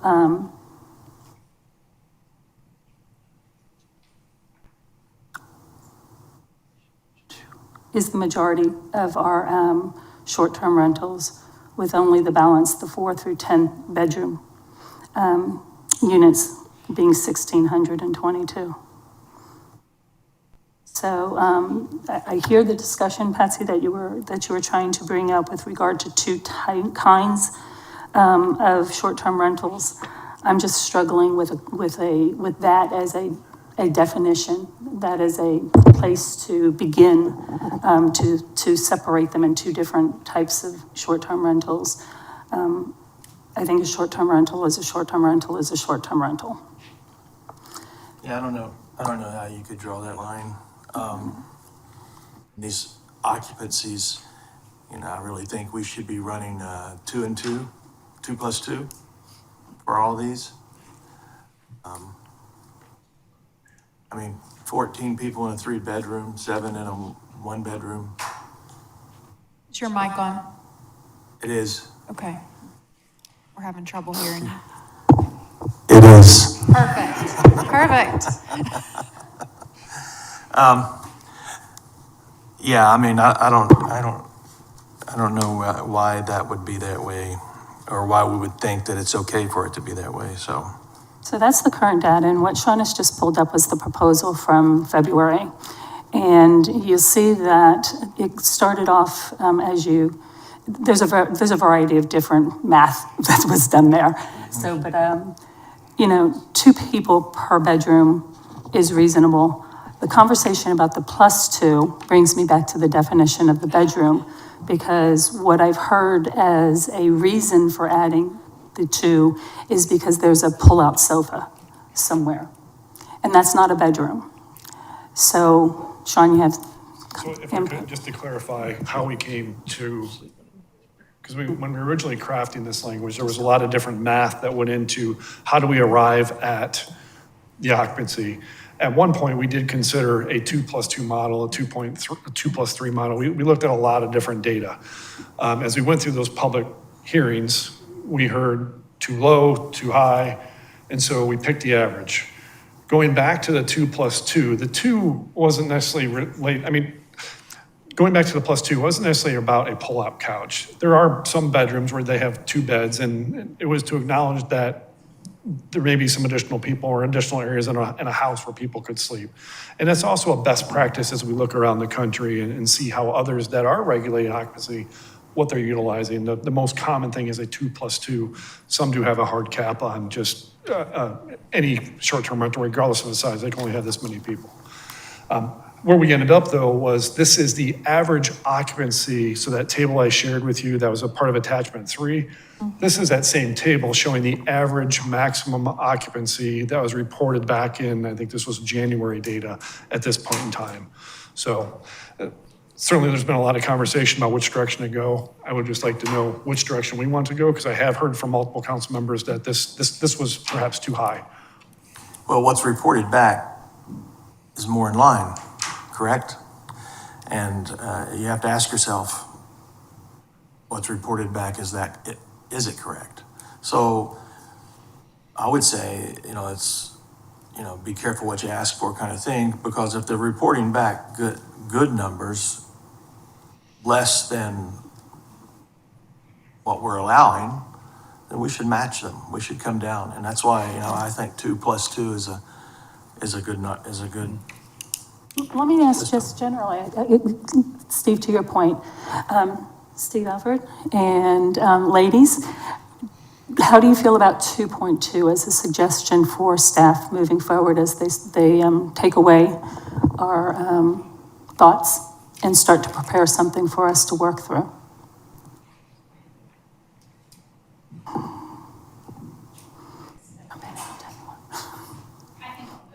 Okay. Not off the island, I hope. All right, so I don't have to keep running over here.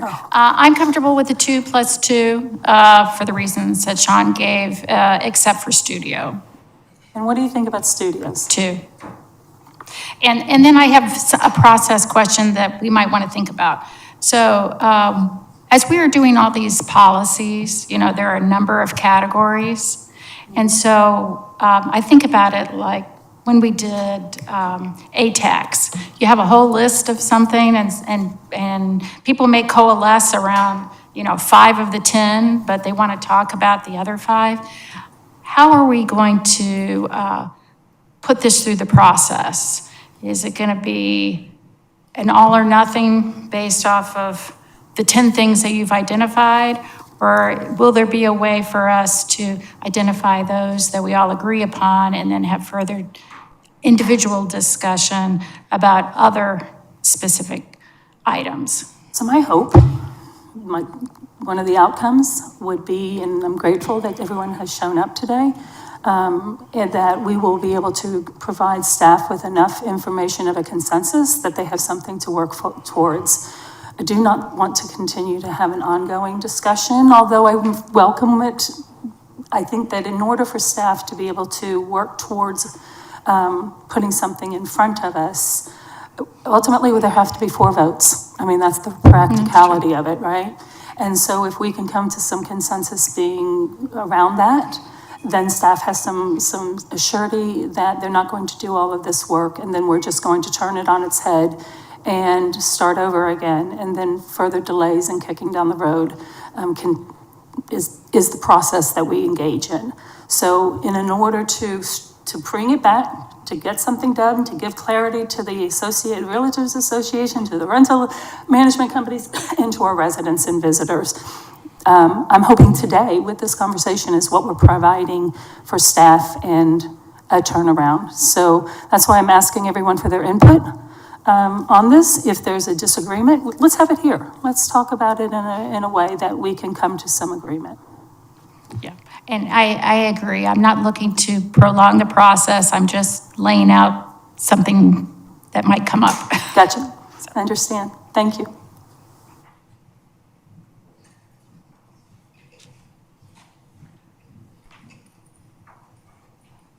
Welcome back. Thank you, You ma'am. might want to move up here too. Yeah. So with regard to the suggestion of staff, I've got that here in front of me. I agree with Ms. Tanner. Studio should be only 2, not 3.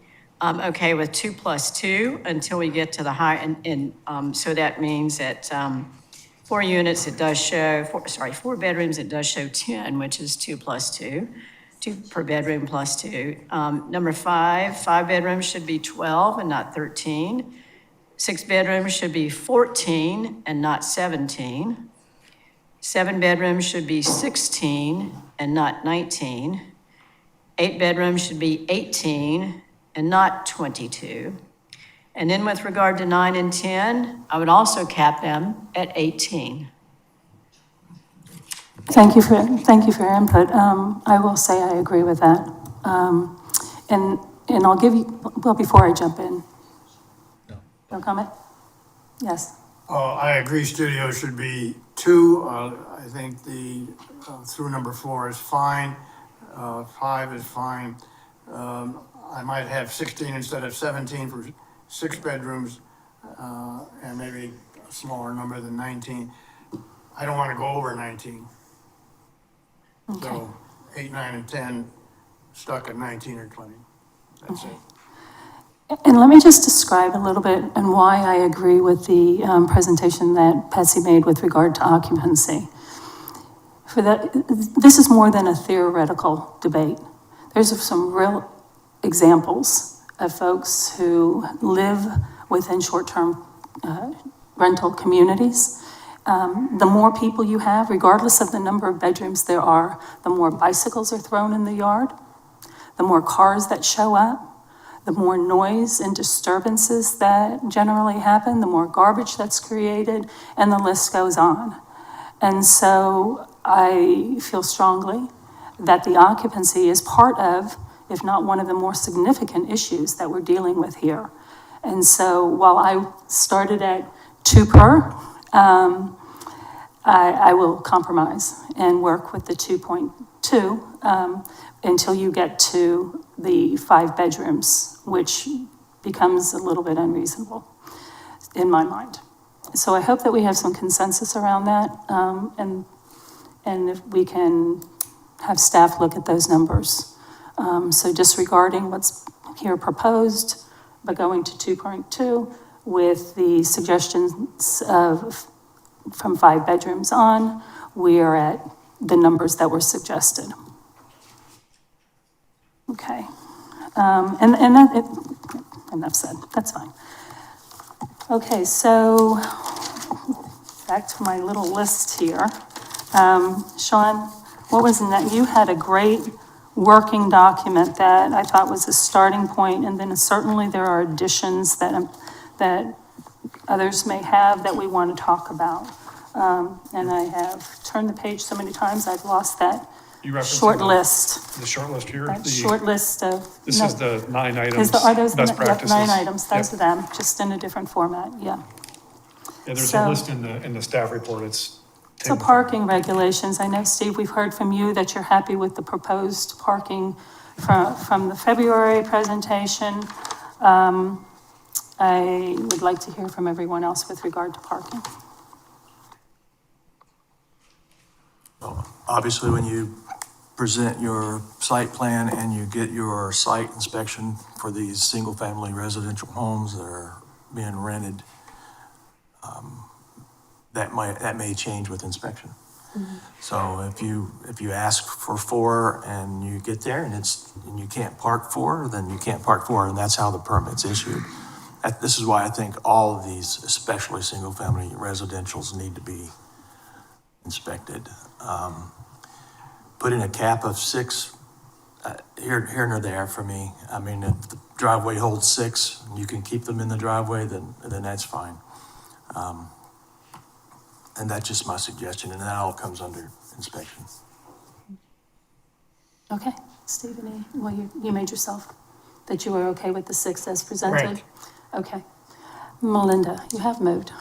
Any thoughts on parking, or are you okay with the way it was presented with 6 as a maximum?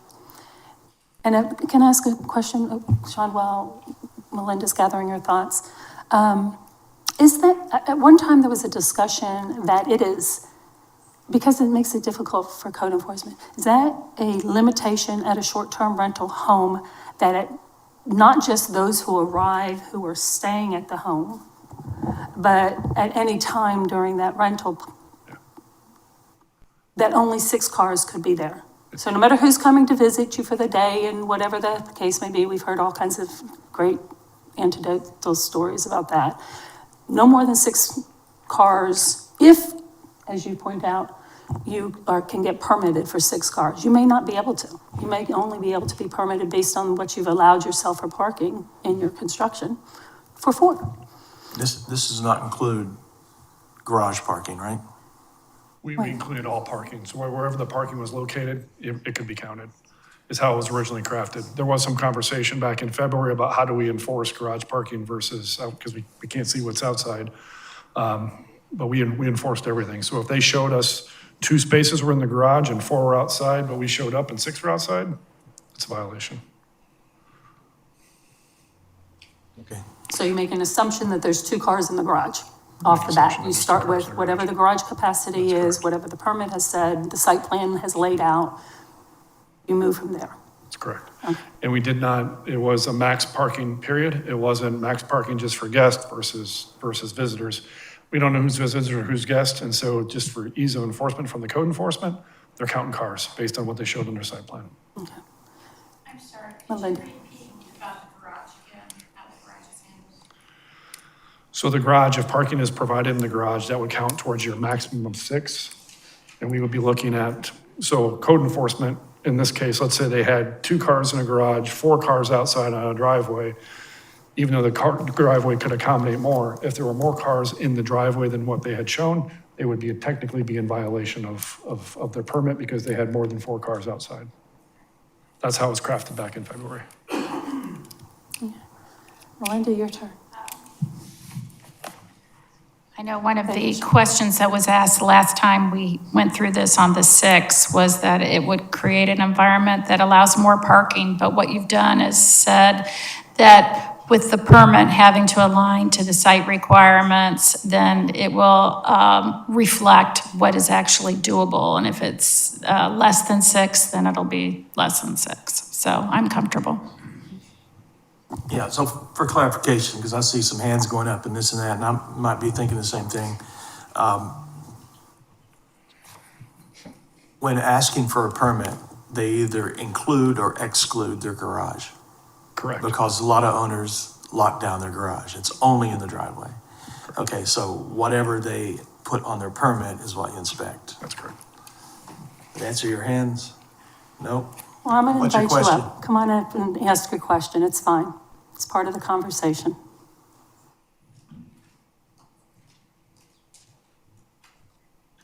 I understand the parking restrictions. What I didn't understand is, are you telling me that if I rent a home and I'm having friends over for dinner, I can't? All right. If you exceed the So number you're of paying parking. thousands of dollars for a rental on Hilton Head Island, and you have other people that are here as well, and you want to have a barbecue, you can't. No, you can have it, but let me ask you But something. you can't let them drive over to your house. Well, let me ask you something. If your driveway will only hold 4 cars, where are you going to put the 5th, 6th, and 7th car? Well, where do all of us put the other cars? I mean, where do I you? live in a I'm house. asking you, where do you? And they're allowed to park on the grass. Well, So, that's you what we're know, trying to prevent. but I'm just saying to you, what you're also saying is, we can't have friends over when we rent a unit? No, no one is I'm not saying saying that. that. Well, where are they gonna park? Can I give you an example? Like I live in Hilton Head Plantation, you're allowed to park on the grass in front of your home and have cars parked there, absolutely. So I'm just saying, I think we have to think about the consequences of what we're talking about. If you went somewhere on vacation and you have a home and you would like to have your friends over that live on Hilton Head, you know, think about the experience our people expect, the type of tourists you want. Let me That ask- just let me doesn't- ask you, it doesn't seem It's not an fair. argument, but let me ask you, let me flip that around for you. What about the neighbors that we're trying to protect when your 3 friends come over and park on the street in front of their house and block their driveway, Well, first of all, blocking a driveway is not allowed. right? So that I would definitely enforce. If a car is blocking a driveway, I would definitely enforce that. That's not allowed. There's a lot of places that if you're not in the driveway, there's no room in the street. I'll give you one. Joe Midden. Yeah, So I what mean, happens- So what maybe, happens when they come over? Where are they gonna park? well, what I'm saying is you give us the opportunity as residents here to let people park when we have a party. So why are we not, I mean, you can't just say that you can't park. You're not allowed to have people over to your home. I don't know that you have I'm just going out on a limb here. I don't know that you have the permission. It just hasn't been enforced. That's not true. You are allowed to, in fact, you must make sure your car's off the road. and Ms. on Digger, the grass. do you have a solution to the guest for dinner situation? Well, yeah, I think we all have to be mindful that sometimes we have people over. So can I interject some? Can I join When the my neighbors conversation? have a party, I know that they're having a party. It's hopefully they'll invite me. And you live in Hilton Head Plantation, and you probably call security and say, we're having a party and at my house, and let all these people in the gate, and there's gonna be 30 or 40 cars on the street. I mean, I've lived here 40 years. I know Yeah, how that no, works too. I'm just talking about the poor people that are renting that just want to have another family over for dinner. May I join the conversation? I've got a couple of things I want to add. Hopefully they'll make sense. If not, I'll clarify. I'm going to give you a firsthand example from just last week. I was leaving my neighborhood, which has many short-term rentals in it, and there was a gentleman coming out right ahead of me, and he pulled over to the side. And just by happenstance, he had his gas little door open. So I rolled down my window and said, hey, your gas, trying to be kind. And then he just looked distraught. He just looked, and I said, is there anything I can help you with? And he said, I'm renting over here, and we have too many cars. They don't fit in the driveway, and we have too many cars. So I'm trying to figure out where to put my car. Can you offer any suggestions? And I said, well, you could perhaps go to the airport, but you're gonna have to pay, and it's based on availability, and I've heard people do that. But that, I said, other than that, Hilton Head doesn't have any parking for your cars. I said, but it should have been clear on your short-term rental agreement of how many cars would fit in the driveway. And it sounds like y'all brought too many.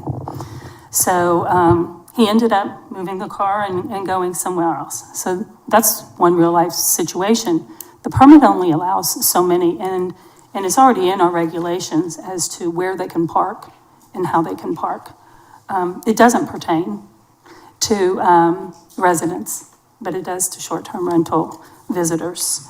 Another example, to your point, Jocelyn, and I hear you, about folks coming over. So one of the things that we hear anecdotally that is important and significant, quite honestly, is that, well, one family is renting the oceanfront home, by way of example. And we have like 10 other people, in addition to those who are staying in the larger rentals. And they're gonna use our house as the party house because we've got the best view, the best amenities, etc. And so all those folks now come on to that property with their cars. And the problems that we're talking about, that we're trying to create solutions for with the residents and the neighbors, Steve, to your point, is those cars are everywhere. So the occupancy, which is sleeping occupancy, now changes to 19, 18, whatever the number is, to another 20 people. So on a daily basis, you have many more than what the occupancy actually was. My point in all of this is to give you examples about how this is a problem, but then to also to say that in my opinion, and we haven't gotten there, but I'm gonna throw it in now, if you are renting a house in a residential neighborhood, if that's a continued practice in the future, these are not event spaces. It is, in my opinion, wrong for someone to come in and rent a home as I just described, or rent 3 homes and put up a big tent and have the pre-wedding party and the after-wedding party and the whole 9 yards right there in somebody's neighborhood, and so no one gets to sleep for a week around them. Neighborhoods are for short-term rentals, perhaps, in a limited way, but certainly not as event spaces. And I hope I've made that connection so that it makes sense. But I don't believe we should be doing that any longer. You shouldn't come in and rent 3 10-bedroom houses, throw up a tent in the middle of them, and have your entire commercial, that's what commercial spaces are for. And it's just wrong for the neighborhood. It's part of the problem, and it happens across the board in Sea Pines, Palmetto Dunes, and all the other communities that are dealing with this. Where short-term rentals are welcome and everybody has tourism and we live, yes. I brought up to you. But without. I never said parking was not, I never said parking was not a problem. I said you're starting overreach when you're now limiting if someone can have a family over for a barbecue. That's okay. And I think you need to look at overreach. And I think you need to enforce what you have now and see if it solves the problem. We now have the ability to do some enforcement. We can issue citations. Why don't we try the tools we have before we jump to even government overreach and overregulation?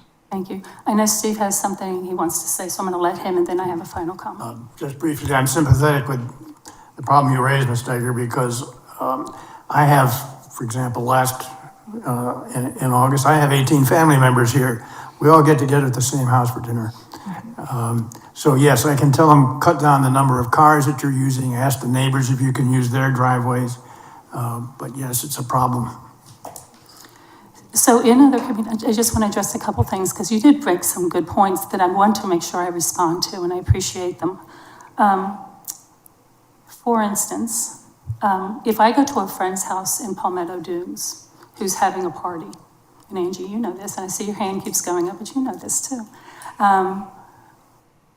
Those folks who are having that party, Palmetto Dunes standards only allow them to park so many cars on that property. They may not park on the street. They may not park even in neighbors' homes, because I've tried to get a pass to park somewhere at another friend's house to go to a party over here, and that is prohibited.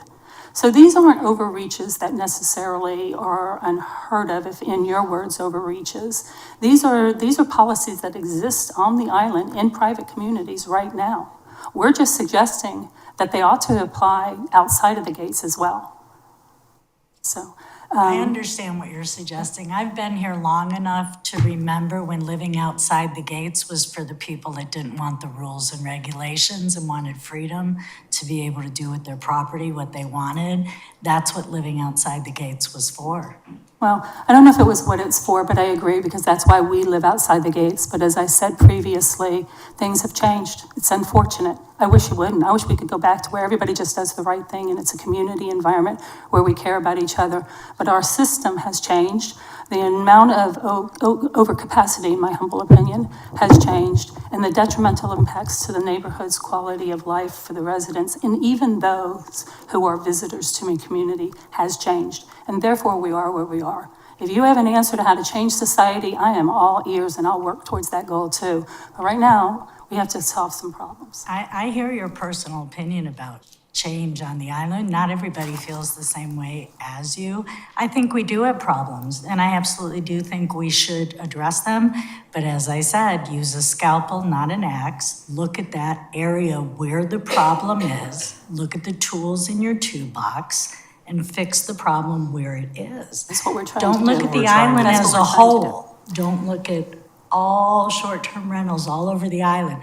I mean, we have some specific issues, so don't overreach. I hear your opinion. I also want to ask you, are you speaking as a realtor association, or are you speaking for your personal benefit? Right now, I'm speaking for the Realtors Association. Thank you. Absolutely. Thank you.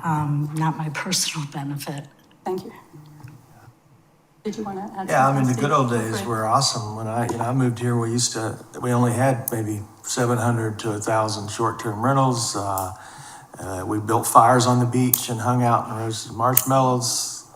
But unfortunately, those things used to build fires in our yard and burn our leaves. Now we got to get permits. And if we do, I think it's totally out now. So, I mean, things have changed, and things have changed because we've had an influx of people, and there's not 700 rentals anymore. There's 7,000. And occasionally for someone to bring someone over for dinner one night would be great, but now that you have 7,000 short-term rentals, it could happen a lot. And again, I don't think it's an overreach. I think it exists on the island now, it's just not being enforced. Thank you.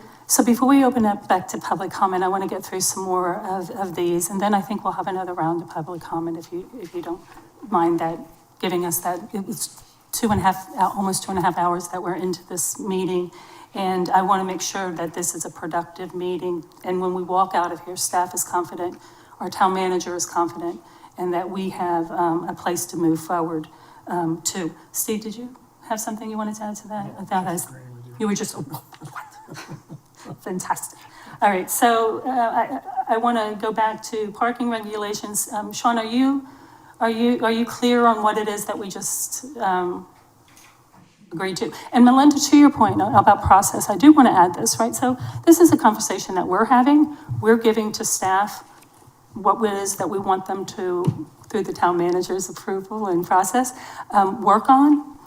But it doesn't end there. It's going to go to the planning commission, as I understand, correct? Or does this go to the planning? Oh, hi. Does this go to the planning commission, or does it go right to town council? It would actually come back to this committee, once we have code to present to this committee, it would come here before we go to town council. The planning commission is not involved in this process. Thank you. It is so it is a work in progress, but we've got something to work on now. Thank you for the clarification.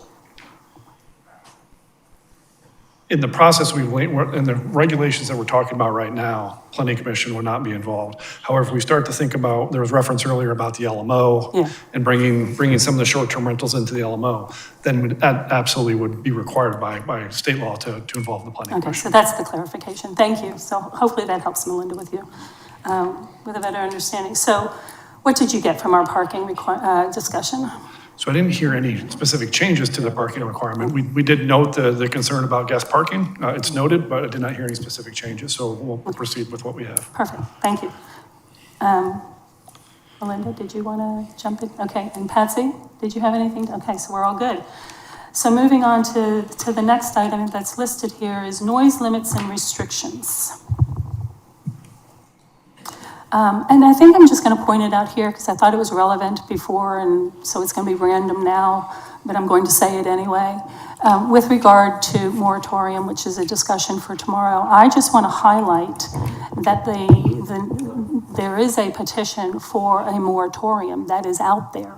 And that definition too is unclear. People don't know actually what that means, but what they do know is what it is that they want to see managed on the island. That they see enough disruption to the quality of life and the experiences here that they want to see something come from that. And that number, as I understand this morning, was on that petition is over 800 residents. So it's significant. So just wanted to throw that in there to the mix. And so noise and restrictions. Let's talk about that a little bit. Not just noise and restrictions, but all violations, you know. Is that another item here about code? I mean, about Well, you can add anything you want. citations? Steve, if it's not Yeah. part of this, then you are So our welcome to add. citation setup right now is what, 500, 1,000? Right? It's 500 first time, 1,000 second time? 250, 500. Yeah. I kind of like the strike three or out system. I don't know what the feeling of anyone else here is, but I think you should have a, So that system is built into the enforcement provisions, or at least what was proposed. I have to go back and see what's in the current ordinance, but what was proposed is once you had multiple strikes, it was more than 2 convictions. So once you got to that 3rd conviction, your permit was then, and it was within a calendar year, or within any 12-month period. So if you got your first one, that would start a 12-month clock. If you got 3 within that 12-month period, your permit then wouldn't be subject to suspension and revocation.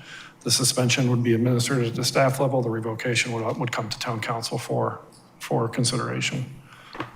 So that's built into the proposed code that we have, that we had proposed back in February. what did I just hear? I mean, do you have a suspension time? The suspension time,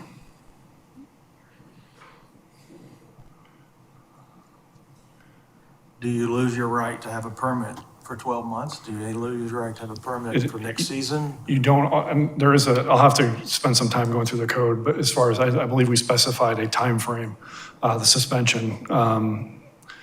The revocation was not, of the permit was not automatic. That was something that is a councilmatic decision. That is something that council would make as to whether or not to revoke that permit. Gosh, I think you have a possibility of multiple instances and to have to bring each of those before council. Is that what you're saying? Now, when there's multiple instances, No, I'm talking about multiple, not in the same location. Multiple strike threes. no, it's only based on the property. I'm not tracking what you're saying. Well, okay, you're saying the process is you get the 3rd violation and then and you revoke their permit status for some period of time. You're telling me that has to go before council? The suspension is automatic. That happens at the staff level. But what also comes along with that is a hearing before council to decide whether or not your permit should be revoked completely. That's what I'm saying. An appeal That process. individual permit should be revoked or not? Yes, that's the appeal process that comes to council, and council can agree with the suspension. They could also revoke the permit once you get to that 3rd strike in a calendar year for that particular property. Right. So each one would have to come before council? Yes. Well, you may have, I mean, I hope not, but you may have 100. So far, we have one who's received 3 violations, correct? And the approach has been very forgiving, very gracious, that there's an educational process, there is and I will, probably should leave this to our Director of Public Safety. If he'd like to address it, he's welcome to come up and participate here. I'd love to hear from him. But there's been a very generous and gracious policy to help to educate and to allow grace for people to make corrections before they're given a citation. Correct? Am I wrong? I don't think you guys go in there with a hammer. But you're telling me that becomes an agenda item on council? Yes, it would come to council That particular address? for that particular address, that's correct. And that's part of the due And there process. should be dozens. I mean, if the violations are given properly and you actually have the third violation. There could be, yes, there could be. But we have not seen that. Yeah, we're not seeing that at this point. Could there be? Yes. You're not seeing it And because. the process now, if we're seeing a pattern of violations, a pattern of parking violations, noise violations, they'll get a letter from me. The first letter says, these are the penalties associated with any subsequent violations. The next violation will be the first one, administrative citation, $250. Second one will be $500, and the third one will be $1,000. Then we're at a point to where we need to consider suspension or revocation, and we can't. So you're talking about a fourth violation? We're talking about a fourth violation. Well, Yes. not three Yes. times. And that's per year. That's per year, so with the renewal, calendar, it starts calendar, again. Right, Whatever starts that, it starts the 12-month period. right. But now you're gonna get a new set shortly, a new set of regs that are gonna have to be policed. And Getting you some now of have some teeth where you didn't have it before with violation and citations, right? Different a little. Say again? You're now allowed to write citations differently than. That's correct. The Right. administrative citations. So you anticipate more citations because now you're. I do if we see the behavior repeating, but again, if they're heeding the letter that they get the first time, they're really, it wakes them up because you start looking at monetary fines, right? Does that letter go to the owner or the owner and vacation rental? The owner, who in turn would notify the property manager, what's going on in my property? I live out of state, so I've gotten a few calls like that. It goes to both of them. For sure, immediately, so they would both be aware.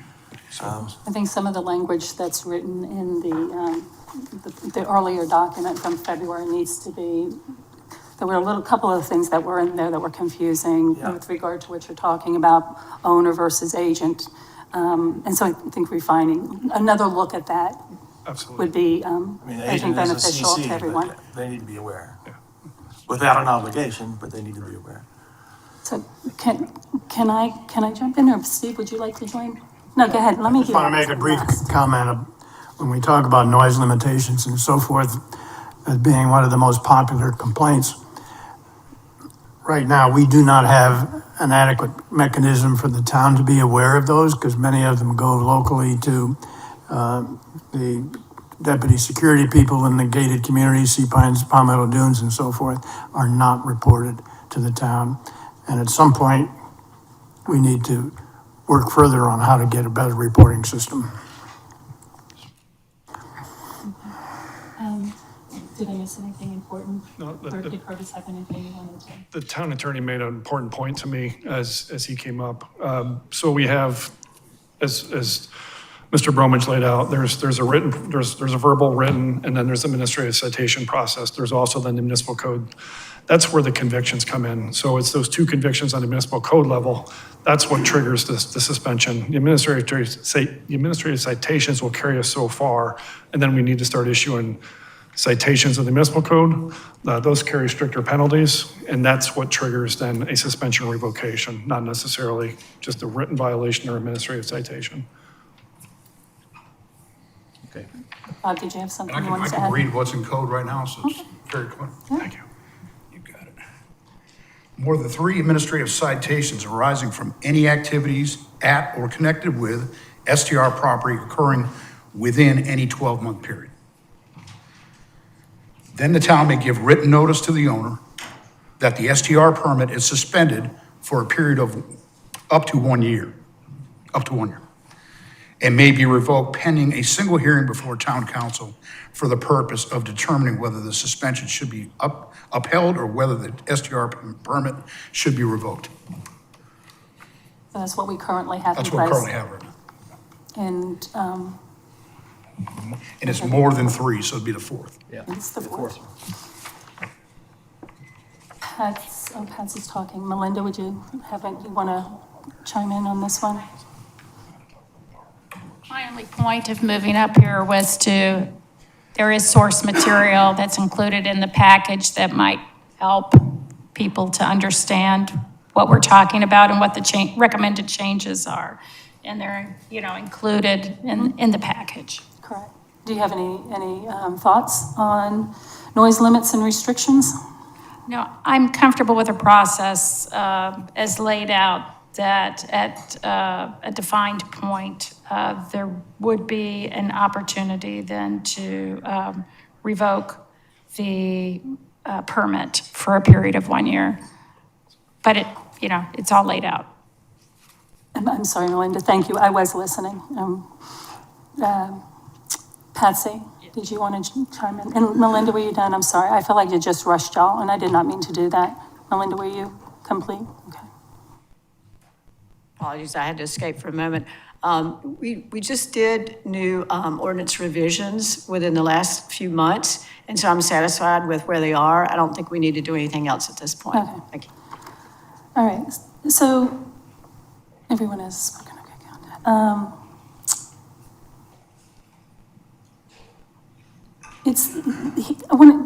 I keep bringing back to some practical references. And it'll pertain to another conversation that we're going to have. Noise limits and restrictions. Here's a practical matter of how this plays out in a short-term rental neighborhood. Folks come in, they're there for a week. The first 3 days, they are woo-hoo, out all night, party, the noise, etc., is off the charts. After that, they kind of get settled down and they have a day or two where recovery, we're hanging on the beach, we're coming back, we've got our feet up and the kids can play in the pool. And it's quiet, bedtime comes. But then it's the Friday night and it starts all over again because it's the last night of vacation. And so Friday night is another crazy night. And then you have everybody pack up and drive out the driveway back on home on Saturday. But the cycle continues at 4 o'clock that same Saturday. And so that's the process you're in. And so the violations are oftentimes desensitized for the neighbor because it's such a routine event. And so what you hear about, what you get complained about, the escalation of how much does it take before I call, how much does it take before this is an issue for me. And so the process isn't necessarily as reflective of, it's just been once or twice or 3 times through a season, through a 12-month period. It really has other factors that need to be considered. And one of those I'm going to bring up now is we all enjoy amazing homes and a wonderful life here, and people have built phenomenal places to rent. And they often put big screen TVs, sometimes as big as the one behind me, outside, sometimes multiple ones. And they're exposed completely to the residents in the neighborhood. And it's not always appropriate shows that are put up there. And I'm offended, and folks who have contacted me about this problem are offended, as they should be, if they're walking down their private residential neighborhood street, taking a walk with their dog or their husband or their children or their grandchildren, and have to be exposed to inappropriate material that is fully exposed to anyone. So I'm going to make a recommendation as an addition to this, and I'm throwing it in the noise limits and restrictions area because I'm talking about it, and I think it might fit there. If you're a short-term rental and you have an outdoor entertainment space with big screen TVs or any type of screen TVs, it must be screened from the public view. That's for your private enjoyment. That is not for the rest of us. I'll tell you a personal story. I walked out of my house a couple of weeks ago, and the music from the rental next door was blasting so loudly that when I was walking my dogs down the street, 4 houses down, turning the corner, it was like I was standing right next to it. It was that loud. That's inappropriate noise. That can be turned down prior to someone showing up to to make from a complaint for the code enforcers to address. So again, we're not capturing everything. There's desensitization from the neighbors next door, and there's inappropriate materials that are being forced upon and inappropriately introduced to our children, and I want it to stop. And so I'm asking that in addition to these items, that we require outdoor media be screened from public view. Watch whatever you want, I'm careless, do your own thing. I don't want to see it, unless I want to see it. Okay. So have we exhausted noise limits and restrictions at this point? Anyone else have anything to say about that? Okay, moving on then. Oh, were there? I'm sorry, I didn't look up after I said that. And since we opened it before, I'm going to go ahead and let y'all, Beth, you want to be first, Angie, and did you, Corey, correct? You were just helping, okay. Y'all have something to say? I guess I just want clarification. No, come on up. You said public comment. Are we able to go back to occupancy? I need you to speak to the into You the have- mic for you the have- recording, you have to- please. Sorry. You have to be recorded. Understood. But you allowed public comment for one of them, but not I didn't for. see a hand up, so I apologize. If you have something to say, Beth, by all means, Okay. please join the conversation. Well, I hate to go backwards, It's- but I on the apologize. parking, the idea of if the house was built with X amount of parking spaces that are to the point of the regulations we have, the 19 by 8, why does it matter if they're in the garage or in the driveway? If it has if it has 6 bedrooms, 8 bedrooms, whatever, I understand Ms. Bryson's point, but if you can have 6 cars in the driveway and you can have 2 in the garage and you've put 8 on your permit, why does that need to be restricted? And in the villas, having a maximum of 6, yes, all of these condo complexes have their own parking and most of them are 1, 90% of the time. There's no way that 6 is going to change it. And we have our guests sign it, we have it on our listings, we have it in the house, we have it everywhere the town has told us to put it on. It doesn't matter what we do, they are always going to say, I had no idea. We deal with it every day, all the time. But limiting the people that actually were built with the proper amount of spaces and that can house the proper amount of spaces. I'm not saying a 4-bedroom house that can have 10 cars. We don't need that much of a balance. But if the house can accommodate for it and it was built for it, why are we limiting that and giving others a chance to have more parking? On the occupancy, I brought this up the last time. I'm completely unclear how they got to the numbers that they got to past 4 and 5 bedrooms. The formula didn't make sense. We know it's not 2 + 2, some of them are 3 and 4 and 5. There has got to be some way to come up with a balance that is better than what is going on with what that occupancy limit was. There is no reason to have 6 people in a studio. I absolutely agree with that. But if a house was built with a 1,000-square-foot bedroom and 2 bathrooms and has 2 queen beds, why are they going to be punished for having that allotted space? A lot of these short-term rentals that were built are not all this closet-sized room with bunk beds. There are properly built houses that were built to code and built to overlays that allow for more square footage in these bedrooms that allow for that. We're talking about the vast minority of the rentals. As you guys said, 1 to 4 bedrooms is where the bulk of these properties lie in our short-term rentals. The minority are the ones that were built properly to accommodate for them, and now they are going to be flushed completely out of this mix and almost make it impossible for them to keep their prices. Thank you. Those are great questions, and I think that they go to, and I'm just gonna, and anyone else who wants to from council address, feel free, chime in, but I'm gonna react this time. First, with regard to parking and garages and other reasons inspections are important.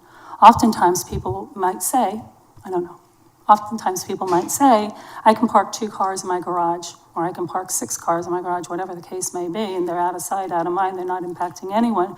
But in reality, if you were to inspect that property, that garage has a ping pong table in it, has 5 bicycles and a kayak and all the rest, and there's no one parking in that garage.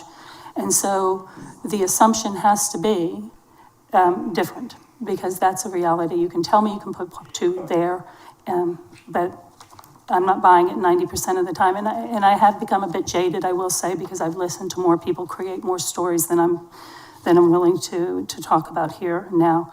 And also to the point that it's mentioned that if a home was built to a particular standard that we use for residential homes, and we know that that home was never meant to be a residential home. We know from the get-go, because they're permitted and being advertised as a short-term rental before they have their CO and before they've even broken ground sometimes. And so they are taking advantage of doing a commercial building, a commercial business in a residential building. And so that argument falls apart for me. If we want to start creating standards, if we can determine that you have every intention of being a short-term rental, then you need to comply with the commercial parking and the commercial requirements of constructing that building. And so that's my answer. I hope it wasn't too tight. I apologize if it was. So I will leave that. I'll let somebody else chime in with regard to that. That was basically why I brought Sean back and asked him about parking in the garage or out of the garage, because I hear what you're saying. And maybe we should write it as permitted for exterior parking spots. Right? So if that house is inspected and is allowed 4 cars to be parked in the exterior, why does it matter if they put 2 of them on the interior, if there's no ping pong table? It doesn't matter. If the driveway will hold 4 cars, you can have 4 cars. If they raise the door and you can put 2 inside, you can still have 4 cars outside. That's what we care about. For me, why would you care about what's inside the garage? You could hide 2 cars in the garage, hide them in the garage. It's fine with me. So that was basically the question when I had Sean. Are we talking about permitted calling the garage in the count or out of the count? Well, and your Because current application has both. Really important is what we can see and what's available outside. Inside that house, inside that garage, to me, is meaningless. And the current application for a short-term permit says how many spots do you have in your garage and how many spots do you have in your driveway, but it is not currently clear on which one of those calculates and makes up the total. Yeah. Same thing with the sleeping. You guys are asking for our occupancy, and you're also asking if that occupancy includes a sleeper sofa. So the application for the permit already has all of this information in there, and you've been requesting it this whole time. Yeah. But there's nobody enforcing it. Yeah. Well, I think the permit should say how many driveway spots you have. And I think there's a good argument for that. What do you think, Sean? I think it makes it difficult for potential runners to figure out how many cars they can have if you go that route. So I think the way staff has presented it is the better way. Yes. Angie? Always get a call. Hi again. So the only thing that's made sense to me of this entire almost 3 hours now is really the penalties for the ones that are the egregious ones. You know which neighbors are doing this. You know which houses. Everything else is a whole lot of really good intentions and compassion and hope that we can make enough rules that everybody will comply in every situation. And it's in the weeds. Like, nobody's gonna read all these rules. I raised 4 boys. I learned a lot and homeschooled for over 20, and I was in the hospital. Like, the hospital inspections, they tell them when they're coming, so they fix everything up. The inspections don't work. I'm just like, my head is exploding because a little German lives in there that just wants order and wants to go back to the scientific method. What is the problem? Define the problem. The problem, as I understand it, is it's hard to have a neighborhood feel. And we're making up all these extra, and now we're gonna add the TV screens and we're gonna add new rules on everything else. And the sum total of all these signs, I mean, what was the old song about signs, everywhere's a sign? How the current regulations prohibit McMansions to the most part. Parking, I've always been baffled about where is the fire marshal here, because everything we knew from any other place I've ever lived was dictated by the fire marshal. Get those restrictions in place. But I had 4 kids. I was always looking for a place to stay where we could get the extra one in there because hotels only allowed 5. And I was trying to abide by the rules. You are punishing people that are trying to abide by the rules by this huge overregulation. And it's not going to solve the problem. It's going to make 10 million more. And to the preservation effect, the more lawsuits we're involved in because we stepped on everybody else's rights, then you can't buy back more green space and density. Thank you. Thank you. In addition to the number of cars, and I'm not going to take credit for this comment, I actually got it on my text, so it's the first one that anyone said to me, but it did pop up. So I'm going to bring in the conversation with regard to numbers of cars at a particular location, the traffic impact to the neighborhoods. The more cars, the more traffic. And that is a concern that communities are dealing with. And I respectfully disagree with the last comments. Are there any other comments with regard to this, or are we ready to move on? Yes, sir. I'm sorry, Sean. I'd like to address one of the comments about the data that we collect on our permits. So that's data that we were asked when we set up this program, asked by town council to make sure that we're tracking certain data points. So we do ask for what the occupancy is that's going to be in the property, how many parking spaces are going to be in the property. And to the point, we don't have any regulations to do anything with that data. It is simply data that we are collecting right now and help us make informed decisions for decisions such as this. So I just want to make sure we're clear, and that's why we're asking. Very good point. Thank you for making it. Patsy, or yes, Ed? Yeah. Yes, I was going to comment for the backtrack to the noise limit. Sure.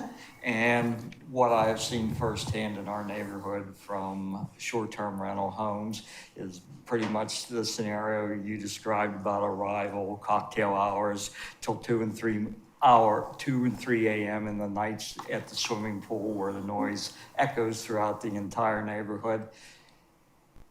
You can call the number. Sometimes you get through, sometimes you don't. And even if you do get through, they register a complaint, but nothing is done. Nobody goes to the house and tells these people that have had too many beers at 3 o'clock in the morning, you need to be quiet and go inside and go to sleep. I would think as part of the mechanism for the enforcement, you have staff that goes out on complaint calls for a limited number of hours a day. But after that, nothing. You should have a 24-hour-a-day staff that if there's a complaint at 2 in the morning or 3 in the morning, they go out, say, hey, folks, you need to go on inside and get quiet.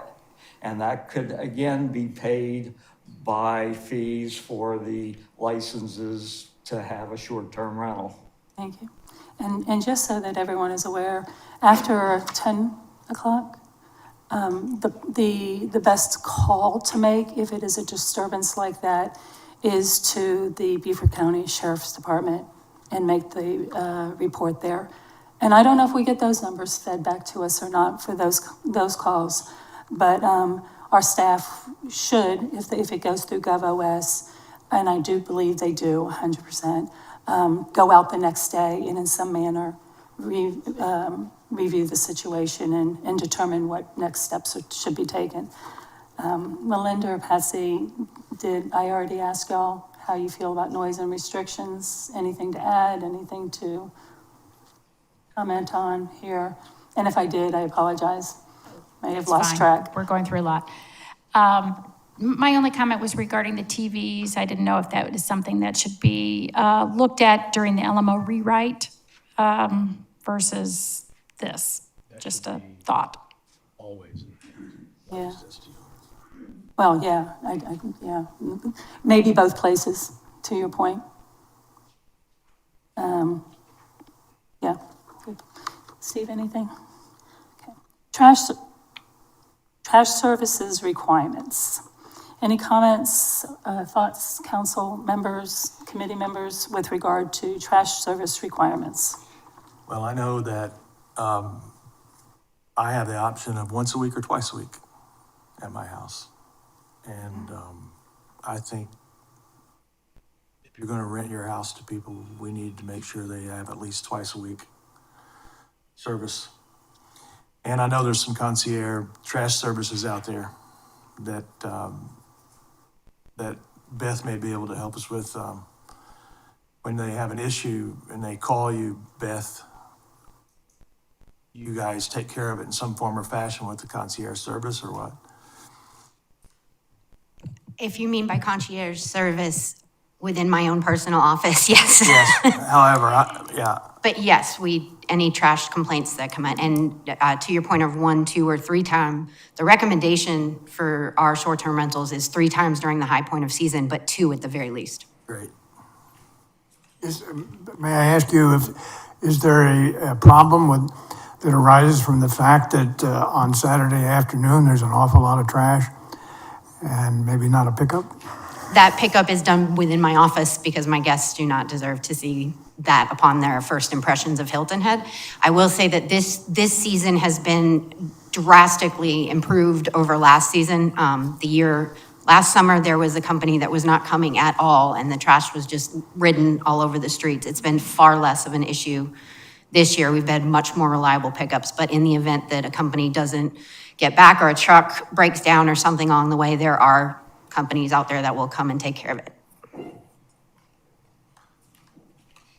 So Patsy, anything that you'd like to add? Melinda? Okay. So are you satisfied with the answer in where we're at with trash? Do you want to know more? No, 2 or 3 times a week, 3 is great. Do we actually require that 2 or 3 times? Do we have a pickup, a number of days pickup requirement in our code? I apologize for not knowing. I was asking that same question. The answer is no, we do not have a minimum number. We do have some general language existing in what was proposed. The reality of what happens with short-term rentals, and we all know, I mean, look outside today and how nice it is, and this is Hilton Head, and there's not much traffic. I mean, it's the calm before the storm. It's June, July, August. We have a storm in June, July, and August. And that's the storm that we're trying to moderate. And so maybe that's where you focus the permit issue on their trash pickup in just those 3 months. Yeah, our current regulations just basically specify where they should be located, and that when they should be set out to the curb, if they need to be set out to the curb, they're not. And that they need to be screened. And they need to be screened, correct. Yeah. So is there agreement here that we want to put in a requirement of a number of day pickup? So that it's not just the Saturday? Is there anyone bothered by that and wants something put into the thought process that staff's gonna go back and work through? I think it's best practice. You think it's a best practice? Steve, what do you think about that? I'm not sure how you'd carry it out, and who's gonna do the trash removal? Well, this trash service. Yeah, but they presumably already have some contracts. So the way that popped into mind as we were having a little sidebar about this is that at the time of permit, there's a proof of trash service contract that's provided to us. It's something else we have to check, but that would be the way to verify that as the time of permit. And then we could also follow up on any complaints that we receive throughout the year.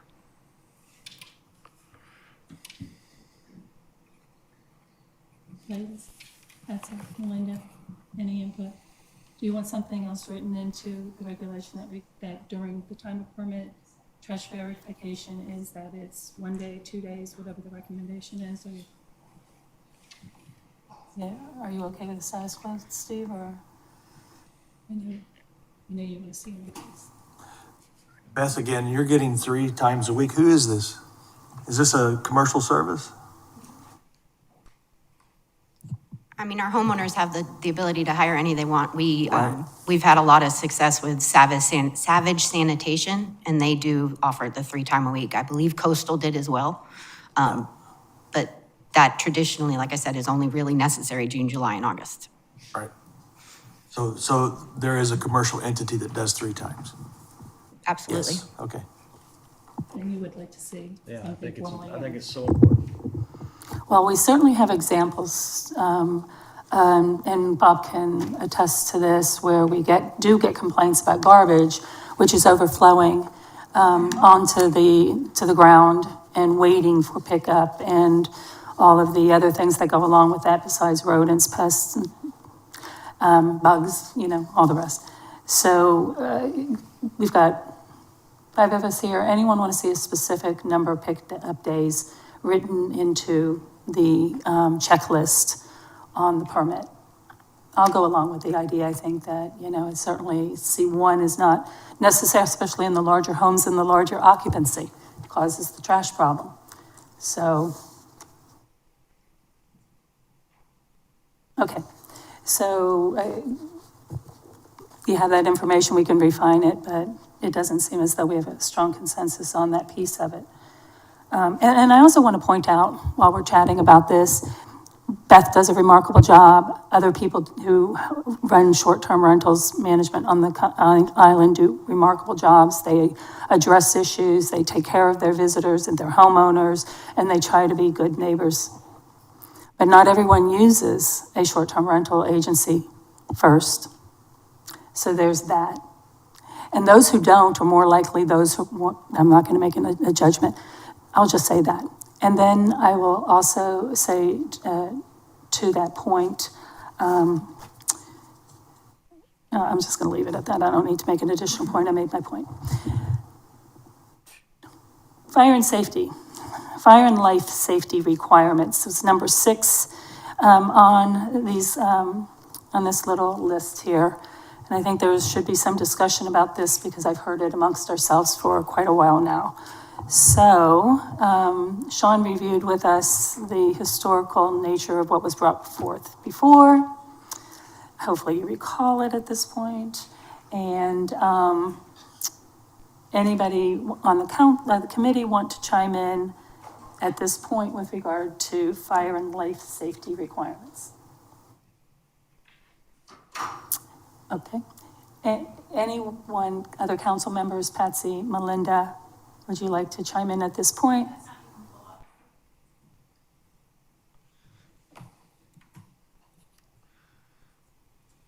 Patsy, did you have anything that, I know Melinda's waiting for it to come up. Okay. So I can go into the code. Otherwise, I believe it's this slide and the next slide. Make sure I didn't miss it.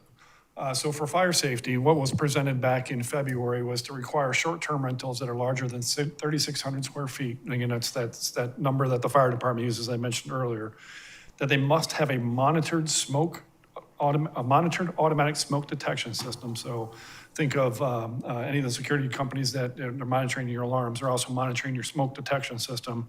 And then also a manual fire alarm, which is, go back to your grade school days, we had the fire alarm on the wall. Somebody that could pull that in the event of a fire.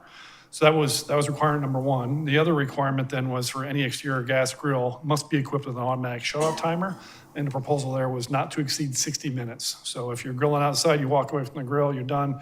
Fire department does respond to a lot of calls related to that. At least after 60 minutes, it's getting shut off. And it does require someone to manually turn it on every time they go to use the grill. So it may be set for 60, maybe set for something less, but it's something that has to be done. Previously, that was represented 577 properties. I'm reasonably certain in the current data that is 578. Yeah, 578 properties is what we're talking about in this case. Was there any consideration given to sprinkler systems, even for dwellings substantially larger than 3,600?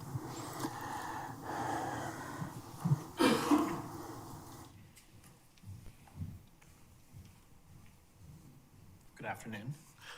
Chris Blankenship, Fire Chief. Yes, sir, there is. We would always want that, but these houses were all built on residential fire code, which does not mandate it. So that would be a very heavy lift to go back and and force people to put sprinkler systems back in when the code does not call for that. So yes, commercial, new build commercial would require a sprinkler system, but these are built as residential homes, and it is not required in the code. Thank you. Any other questions or input from the committee or other council members? Patsy, join us.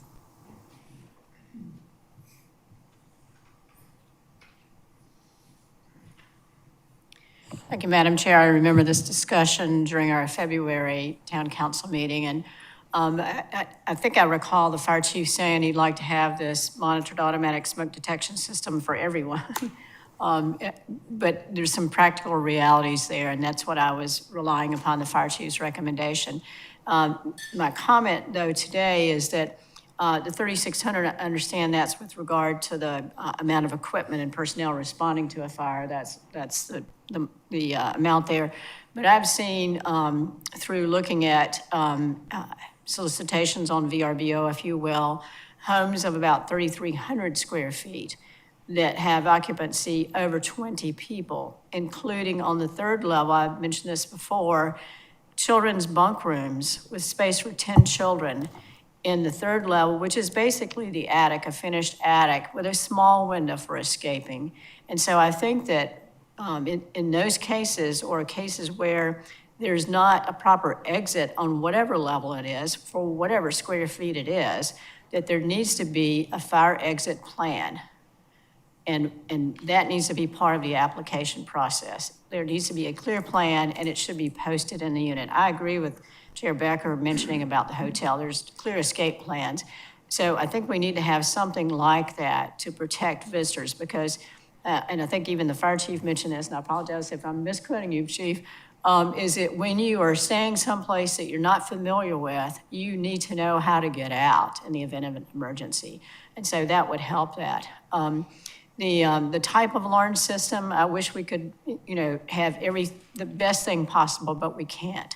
But when I saw the fire on Fripp Island, and when I saw how close those buildings were together, and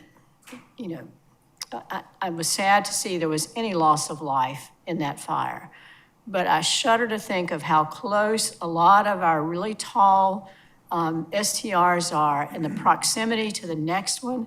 In that case, there were 3 homes that were lost. I shudder to think about what would happen if there were a fire in any of these STRs that are built so close together with so many stories and no way for the occupants on the upper levels to escape. So we must address that. With regard to the exterior gas grill, I understand that's a small item that you can add to the grill. I'm fine with that. But the fire safety on those buildings that are so close together, in apartment buildings, you have a firewall ever so often by building code, but we don't have that. And we must protect our visitors and our residents from those kind of fires in close proximity, like happened on Fripp Island. Thank you. Thank you, Betsy. Anything come to mind, gentlemen? Okay. Oh, yes. You agree? Perfect, thank you. I love agreement. I'm Rick Lawson, Holiday Homes. And going back to what you were saying, I remember the days when we drove down 278 during the winter and you knew who was driving the other way if you saw somebody. 50 years on the island. As far as this subject goes, and the fire chief can correct me if I'm wrong, every bedroom is supposed to have a safety egress, a window that the person can get out. If a house is being rented commercially and they don't have that, I think that should be corrected. That house should be changed. And at certain elevations, they should have a fire escape ladder, the smoke detectors, and also fire extinguishers hung and marked. It's a commercial building. It should match to what my business had to have and everybody else's commercial building, the safety equipment they had to have. Anyway, that's my point. Thank you. Thank you for the comments. Yes, sir. Yes, sir. Did you consider carbon monoxide detectors along with smoke detectors? Yes, it's our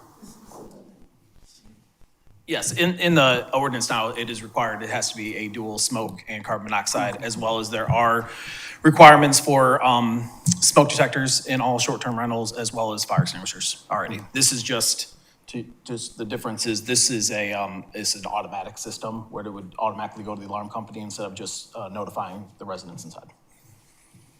Yes, Ed?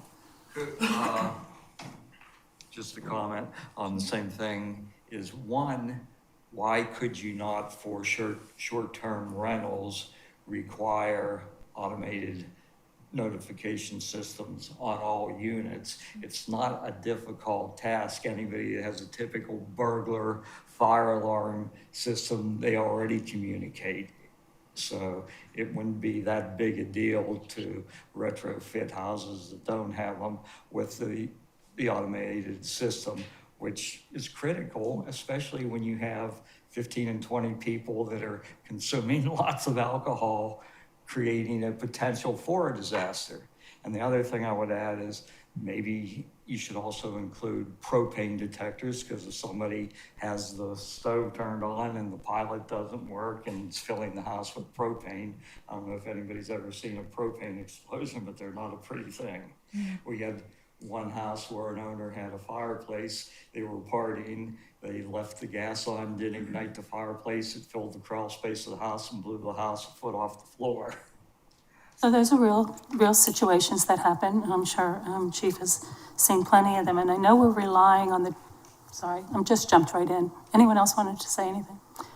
I know we're relying on the data in front of me and in front of us, and I realize it indicates that there was the one house in Palmetto Dunes where there was a fire and a death. But across the island, we've had issues, we've had situations where there are fires and people die. So it's not a short-term rental problem per se, it's a problem. And then you put people, as you correctly described, who aren't familiar with the environment, the pathways out, maybe have indulged a little bit and are asleep, whatever the case may be. I'm sure there's a whole variety of those that we could talk about. But the bottom line is really, a fire is a fire. As a fire, I find myself saying these types of things today. And we need to be certain that if we're permitting folks, we should have a little bit heightened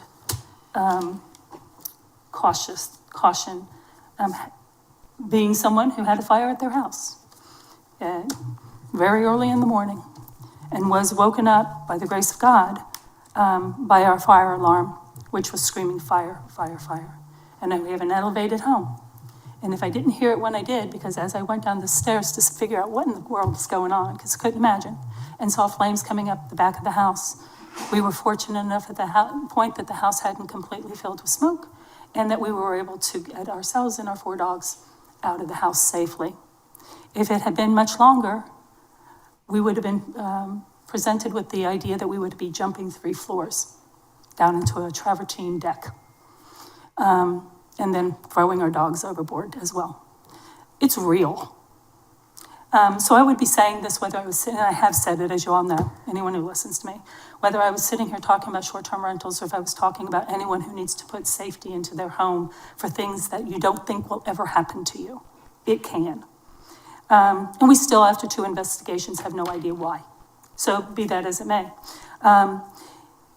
There's been a big point of these not being built to commercial standards, residential standards. I know commercial building, you don't have to sprinkle until you get above the 3rd floor. We do have 4-story houses, which are short-term rentals. Can you imagine trying to get out of there without, as I've asked for through the site plan, and I'll reiterate here, and I agree, when I say alarms, I think I mean they need to be interconnected. They need to be screaming at you in the house as loudly as possible, and there needs to be an automatic transference to alert the fire and rescue, who do amazing work. My life, it was in your hands, and y'all saved us. My home was in our hands, your hands, and I'm grateful. But they need to, because those seconds count. Between the time, and ours wasn't. I went outside, my husband went to turn off the propane, to your point, so that no further, anything additional could happen, and call 911. And I stood with 2 water hoses trying to combat the fire until they got there. And I will tell you, just as a practical matter, and I'm going to waste 10 seconds on it, your ears do not work any better than when you are listening for help. I've never heard and never felt my ears work the way you do when you're waiting for help in those types of situations. If we can alleviate and try to help protect folks, I'm all in. So connected alarms, we talked about COs. Inspections are important because people tell you where they have them, and maybe they do, maybe they don't, maybe they work and maybe they don't, I don't know. Extinguishers, escape ladders. After our fire, I sent everyone I know and all of our family members escape ladders for every bedroom in their house. They're not expensive at all, not at all. You know, you could add all kinds of things, fire blankets. What if you can't get out? Escape maps, I think was mentioned.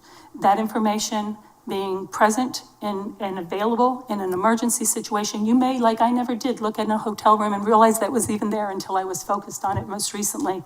But when you need it, you want it there. And it's gonna be someplace that your brain says, holy moly woly, how do I get out of here? There's a map, give me some direction. And it saves a life. And that's all right now as a priority for this council we should be concerned about is the safety and health and welfare of our community, our residents, our visitors, etc. So I wanted to say that I am all in. If we could, and I think the recommendation should be that sprinklers are important. And if that can be part of the conversation, I would like to see it be part of the conversation. These are commercial businesses that are being run. And those types of requirements are in commercial buildings. And I can't say that any more strongly. I hope I'm not using rough tone of voice, but that is exactly how I feel about it. So I hope others agree. I think we have some consensus around this. And that's the direction from the committee and the council to staff with regard to that. Have we exhausted that conversation? Could I ask the fire chief one question? Absolutely.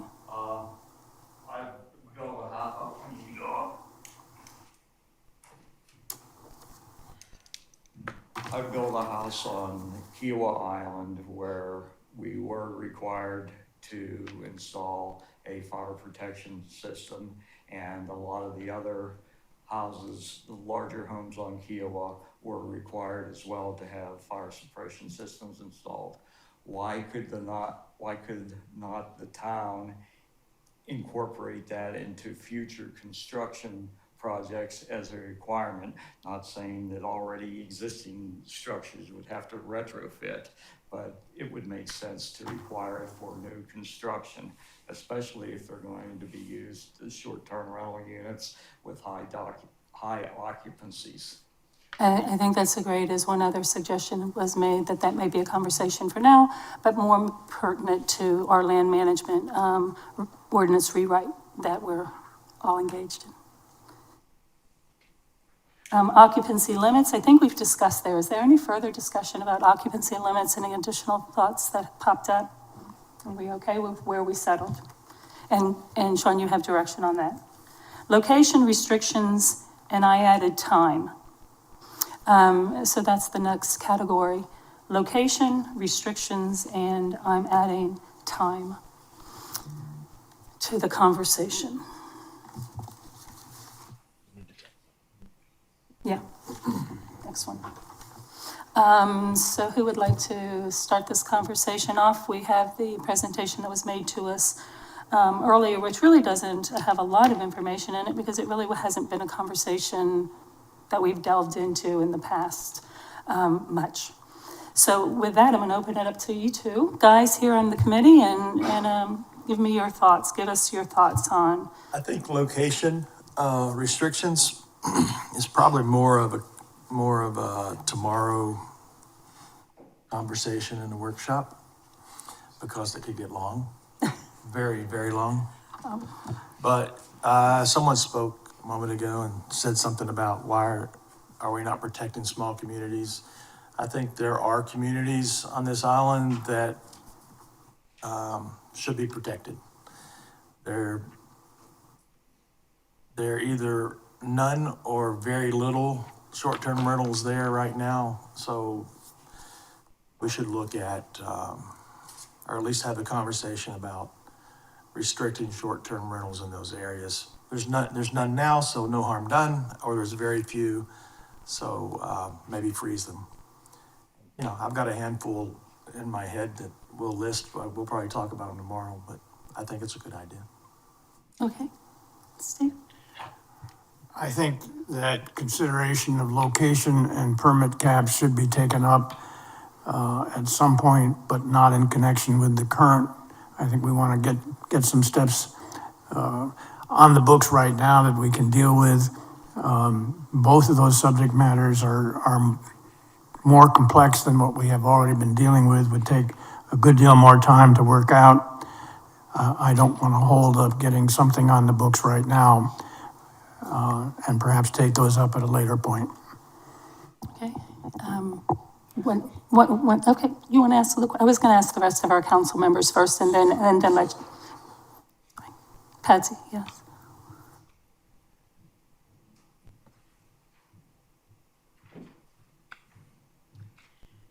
I agree with what Mr. Alfred just said. In addition, I would say that those are probably more effective located within the land management ordinance, and we're going to be going through an extensive process unless we decide to accelerate those provisions. But it does require a lot more time to think about the locations and also the cap, the next one that you're going to be talking about. So I agree with waiting, and it's probably part of the LMO process. Thank you.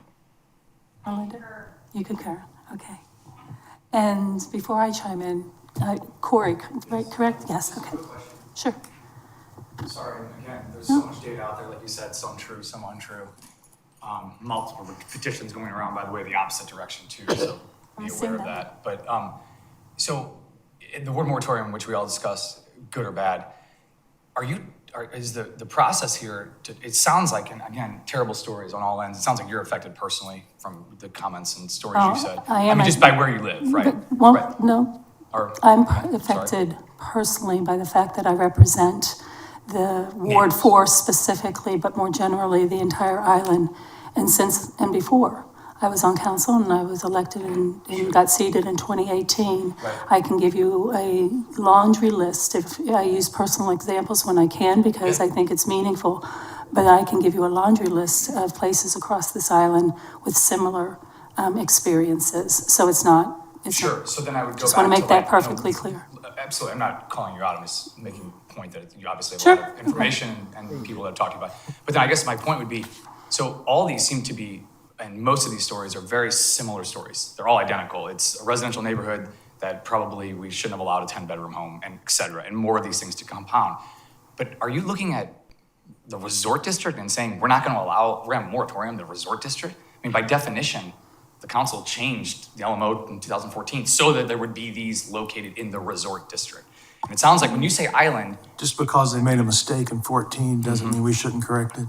But you also have projects going on currently that are going to have, I mean, big time litigation because they're currently going vertical and Can you give me an permitted. example? I'm enjoying this. Give me an I'll example. look through every single example that I No, can find. just give me one or two I if can you drive do. by one on Folly. We're going to start on one on South Forest Beach. There's multiple pre-applications coming through. There's, I don't know what the total, maybe Sean can attest to how many renovation and redevelopment that you're seeing in those areas. I'm not saying they're all STR either. I'm just making the point it's going to be a hotel, which it doesn't seem to be included in part of that provision. So I guess what I'm getting to is, I agree with you on some, I mean, I can't say anyone can agree with you on some of the stories of it, but some of these areas too, though, they're designed for it. They're beachfront. They're part of the essence of what.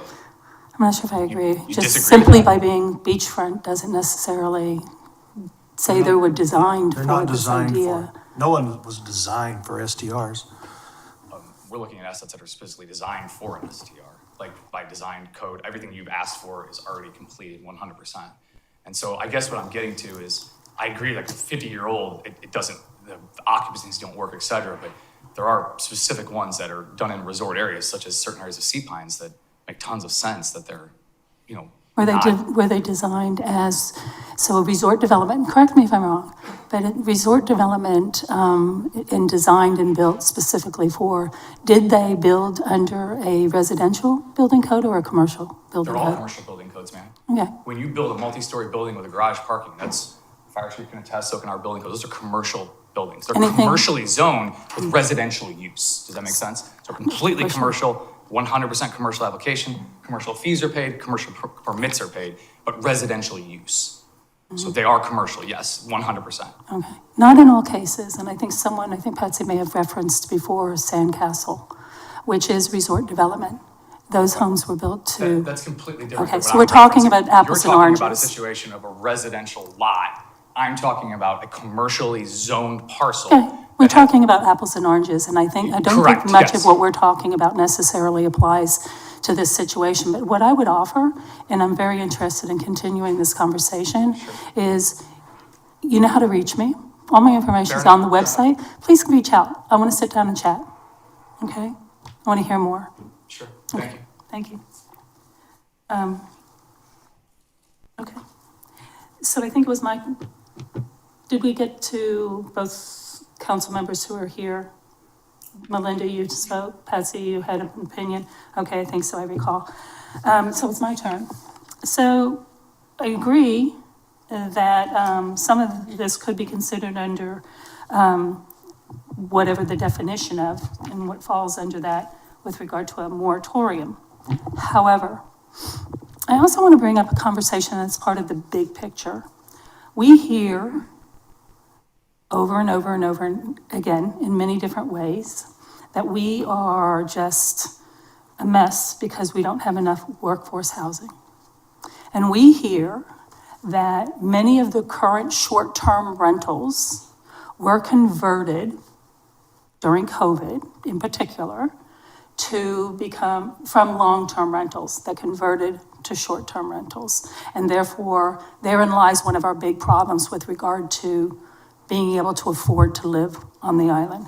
And in those areas that we've referenced as naturally occurring workforce housing. So if I'm looking at the big picture and we're talking about short-term rentals, and I know there's another problem out there that's been created that's related, why not focus in on it a little bit?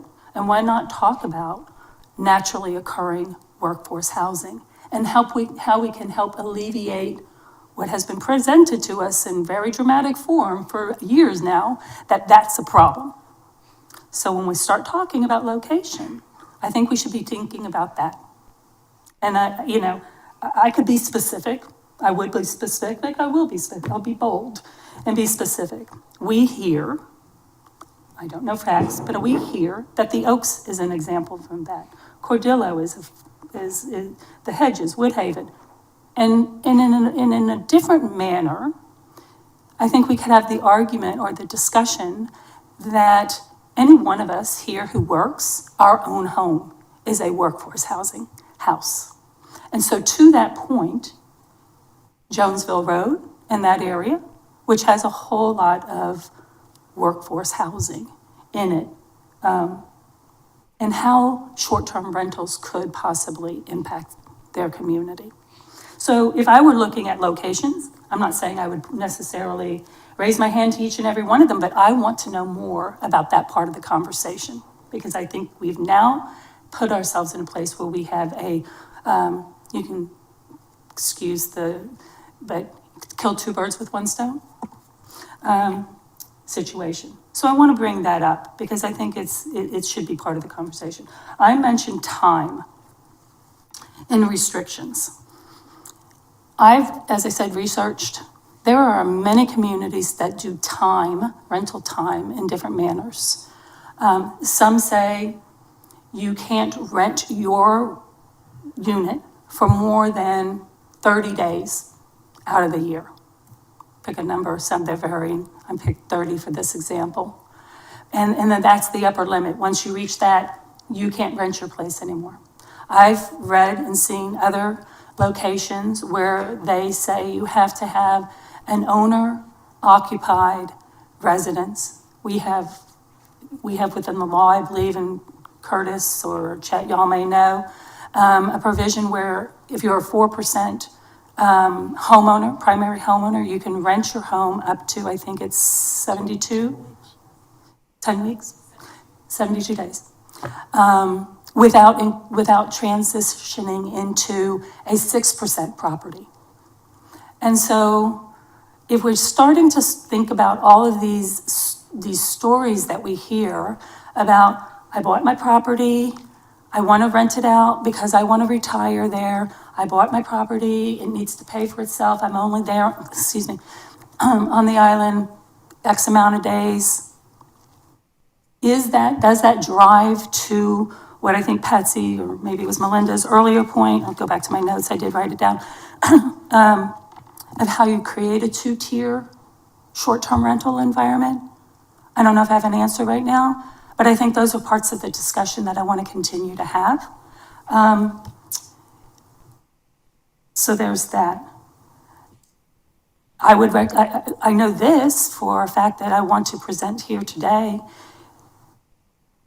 Neighborhoods are disturbed more by folks who are coming in for short periods of stay, less than a week. The constant turnover, the 4-day renter, the 5-day renter, the weekend renter. And so why, in my mind, wouldn't we consider, as other communities again have in various ways, but this is one of them, a limit. You have to rent for 2 weeks, for 2 weeks stays. Remember that scenario I gave you previously, I apologize, previously about how a week, the cyclical week renter impacts the neighborhood? If you're expanding that, and now you've got downtime of more than 2 or 3 days, then that relieves some of the quality of life problems that we have in communities, or it begins to. So that's up for a conversation in my mind. I know that I've gotten, in other conversations about this, some pushback. Well, what does that do to the golf outings? Again, we're not event spaces. Excuse me. We are residential neighborhoods and that sort of thing. And I would also offer, we talk a lot about short-term rentals as being the driver of all the visitation on the island. That nothing can happen with visitors unless we have adequate numbers of short-term rentals to house them in. I think we ought to remember that we have hotels and many other places where people can also rent if the short-term rental doesn't work out for them. Is that inconvenient? Yeah, I didn't like renting 2 bedrooms in a hotel for our family. We rented in Sea Pines. We rented in Shipyard. I get it, but I'm also trying to save problems in a different environment. So time is something, if we don't want to, and I heard that we don't want to focus on location right now, and that's fine. I see it as part of a workforce housing conversation that gets brought in, but I do think time matters. And so my suggestion is that a two-week cycle rather than the 1 week cycle that we mostly are in now. And I think Beth probably could tell us, I don't know who else is here from the management side, how many, we know there's a dynamic change in short-term rentals. And part of that dynamic change is that folks aren't coming for the full week, that they're looking for the shorter length of stays to come onto Hilton Head. We also know that they're renting more close to their arrival date and using dynamic pricing. And what does that do to the economic discussion that we started to have a little bit earlier, to your point, Corey? What it does is drive down our prices. What it does is drive down our prices, and what it could be correlated with is the conversation that we've been having about the quality of visitor that we're attracting because of that. So there's a lot more to this to consider. There's a big picture. If we're concerned about the quality of visitor, why are we driving down prices? And something to think about. Pardon me? I invoked your name, so you certainly may. Yes, ma'am. And we're going to try to wrap this up probably in the next 15 minutes or so.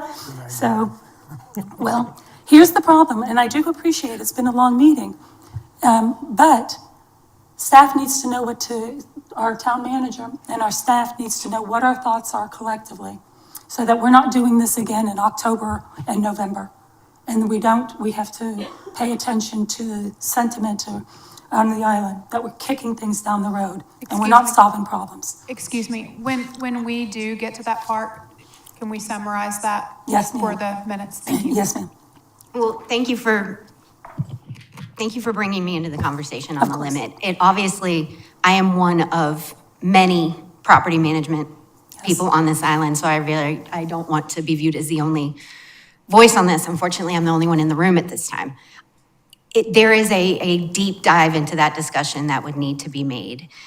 14 days as a limit for, yes, our primary season is summer, but most of these homeowners have bought their homes. Most of the homeowners that come to me, it's never a question on how do you rent your 12 weeks of summer. That's easy. People know that's when they're coming. They're not coming for 14 days, so that's a lot to digest.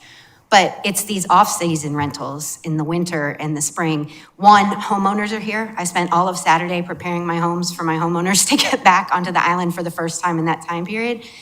The shorter stays definitely can trigger a different type of guest, and the quality of guest is something that far exceeds the conversation in this room and the dynamic pricing that you brought up. It's unfortunately how the pricing of a short-term rental has gone, but it needs a much greater conversation. I'm more than happy, and I wish Drew Brown was here today. I'm sure we all do. He's much better with the statistics in front of us, but the economic effect of that could be far greater than we would think just on the outside. So what I would like to offer is my time. I'd like to, so I see, based on attachment 3, that there are 133 business licenses for property managers. 133. I'm not asking to meet with 133, but I would be willing, and I'm very interested in hearing. I can absolutely say that there are several of us that would love to have a sit-down meeting and go over all of this. Get me 3 to 5. I'm going to invite 2 other council members to join me, and let's sit down and have a chat. Absolutely. But not in a couple of months. No, and from the sentiment, most of the people in this room, I have been coming to these meetings since this became a topic of conversation, and I've said it before, I'm exhausted. Yeah. Tell us what you want us to do. We want to be responsible. There is absolutely a need for some regulation. It just needs to be a reasonable balance and something that can be enforced. So I don't want to rehash all of this with the group, likewise. but I do want to talk about those particular items that this council has already said that there's not consensus. They want to talk about it more tomorrow or talk about it more in the future. I want to hear from y'all, and I want to play out those scenarios. We know that there's an economic downturn that's happened. We've heard the statistics 30 to 50% down, right? In most places. That's what I hear from folks that talk to me. And so the realities of what happens are here in front of us. What we're saying is the community has said that there are too many, they're too disruptive, they're too big, and the like. And so we're trying to put things in place that help to solve those problems. And if by doing that, that bubble from the COVID pops a little bit sooner than the normal economic curve would have, seems it's naturally taking it, residents first, and it's not a slogan. So together, I think we can have a discussion and come to some agreement with regard to those things that we've just discussed, and I appreciate your time in doing that. Likewise, but we will I definitely have several people that would love to have a sit down. Within the next couple of weeks, though. Absolutely. Sooner rather than later. Thank you. Okay, what else is on our list? Permit caps is our last one, and I'm sure that we're all pleased to hear that. But yes, sir.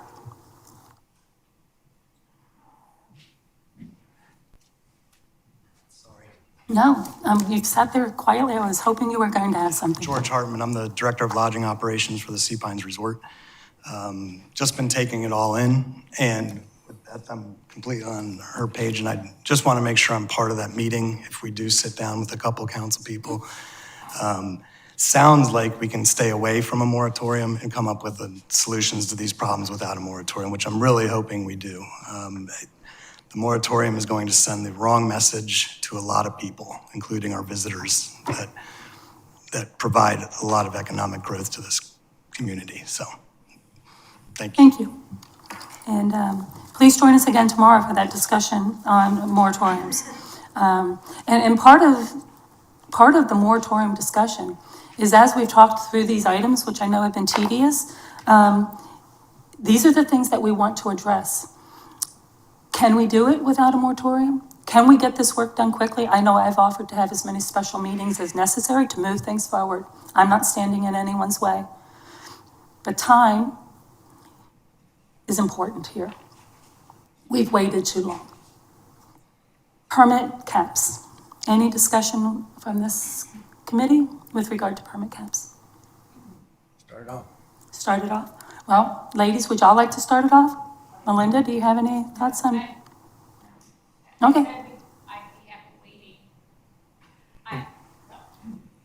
Join us. Again, I concur with Councilman Bryson and Alfred that I'd like to focus on moving these other areas forward as quickly as possible, and I am certainly committed to meeting more frequently in order to get that done. And some of these other pieces are going to take a longer period of time, and I don't want to lose sight on getting something out there. I'm just as frustrated as everyone else that things have not moved faster. I mean, we had conversations regarding some of these items back in February, and because we didn't have a consensus, it sat, and here we are in September talking about it. So I would like to get those pieces done because we have the new season coming upon us in regards to renewals, and we want to get as much of this completed in anticipation of that as possible. Can I ask you a question? All of y'all, anyone. So is there a thought, and this is really probably a good conversation for tomorrow, but is there a thought among the council members that we haven't hit our max number of short-term rentals on the island, that we're open to more? It could be a rhetorical question. You don't need to answer. You can give it some thought and we can talk about it later. I've said it in public forum before. My biggest concern is what the potential could be. We went from 3,500 to 7,000. What if we wake up 3 years from now and it's at 10,000? How would we feel as a community? And who are we displacing? Those are the concerns that I have.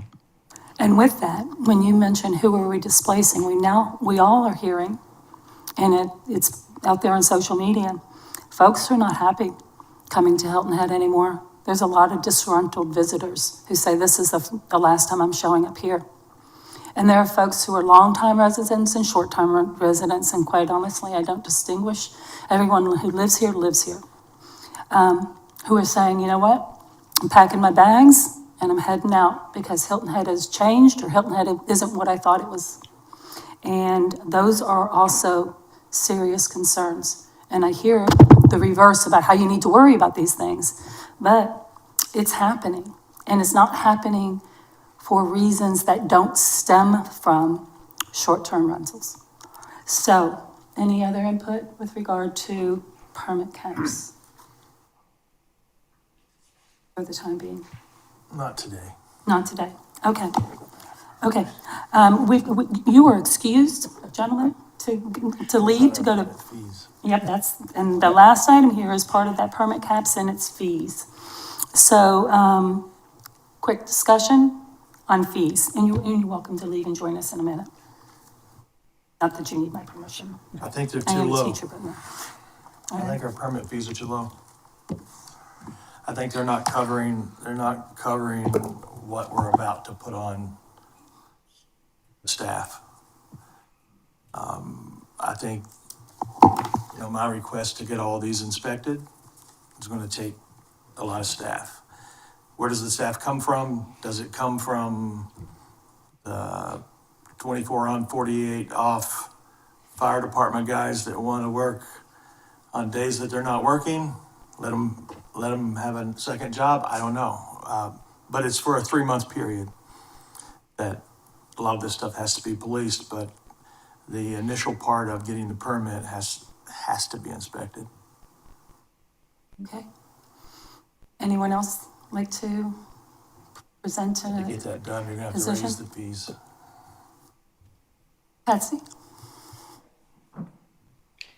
All we're doing really good in the beginning of this conversation, by the way, and having input, And it seems as though they're getting to some tough questions, and I know it's hard. And I appreciate you being here and voicing your opinions, and we'll talk about it and we'll agree.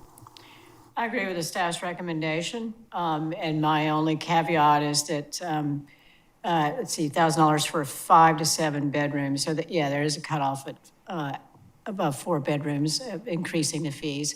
From personal experience, having had a quarter share, if you had charged me $2,500 for the 13 weeks we were able to rent it, I would be out of business. So I like the graduated fee schedule. And the only other distinction I might make is there a reason to call some of these commercial versus residential? And we've already had that discussion, but I agree with the staff's recommendation. Thank you. Thank you. You know, I can't see a logical purpose, Sean, if you're still in the room, why it should be different. Why should one structure be different than another structure? There's no more, in my opinion, unless you can tell me different, no more work for the staff to review a 10-bedroom house as it is to review a 2-bedroom house, right? That's correct. That's correct. So why are we doing that? So I think we need to have a fee across the board, and I definitely think it should be no less than $1,000. We have to have enough, we have to be able to generate enough revenue to take care of the situation that we as a council are creating and making these changes to be able to staff. And these homes are renting for tens of thousands of dollars. Tens of $40,000, some villas, I'm not sure. $1,000 fee off of $250,000 worth of revenue, I don't think is a big problem. But it would, it's a minimal problem, and I think we have to generate enough funds to be very active in this space. Too low, yeah. Okay. I kind of think so too, but that's why I say the base is 1,000. Well, I can help you, because I agree.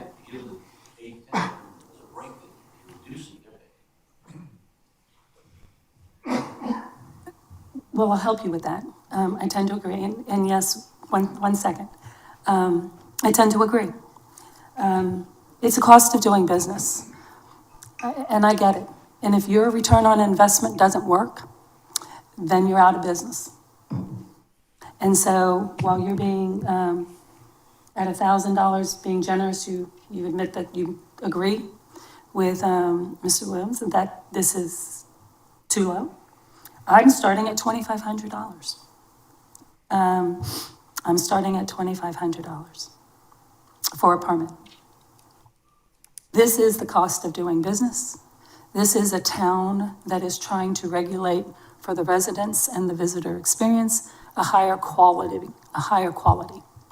And if that means that some folks are living on the margins, can't do it, then they're not providing the type of quality experience that maybe we're looking for.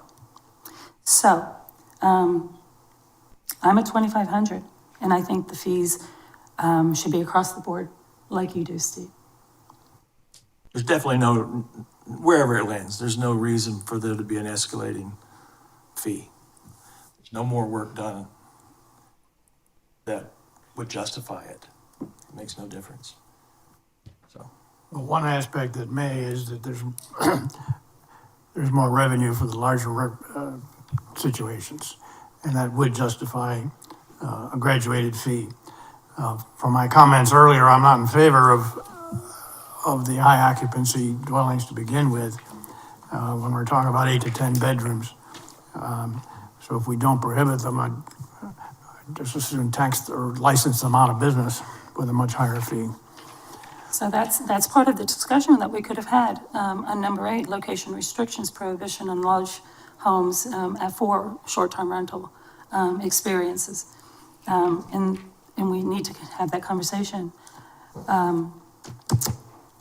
Anybody else have any thoughts on fees?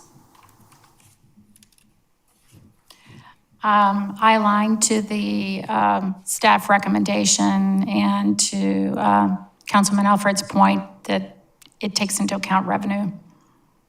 So can I bring up a point with regard to that? Sure. And get your thoughts on it. Here we are as a body, elected to protect and serve the island, safety, health, et cetera, as our top priority, and our residents who voted for us. And I do appreciate the letter that we got talking about non-residents, et cetera, and how they get represented. And I am sensitive to that. But those who live on the island are the ones who we're trying to create a better quality of life for.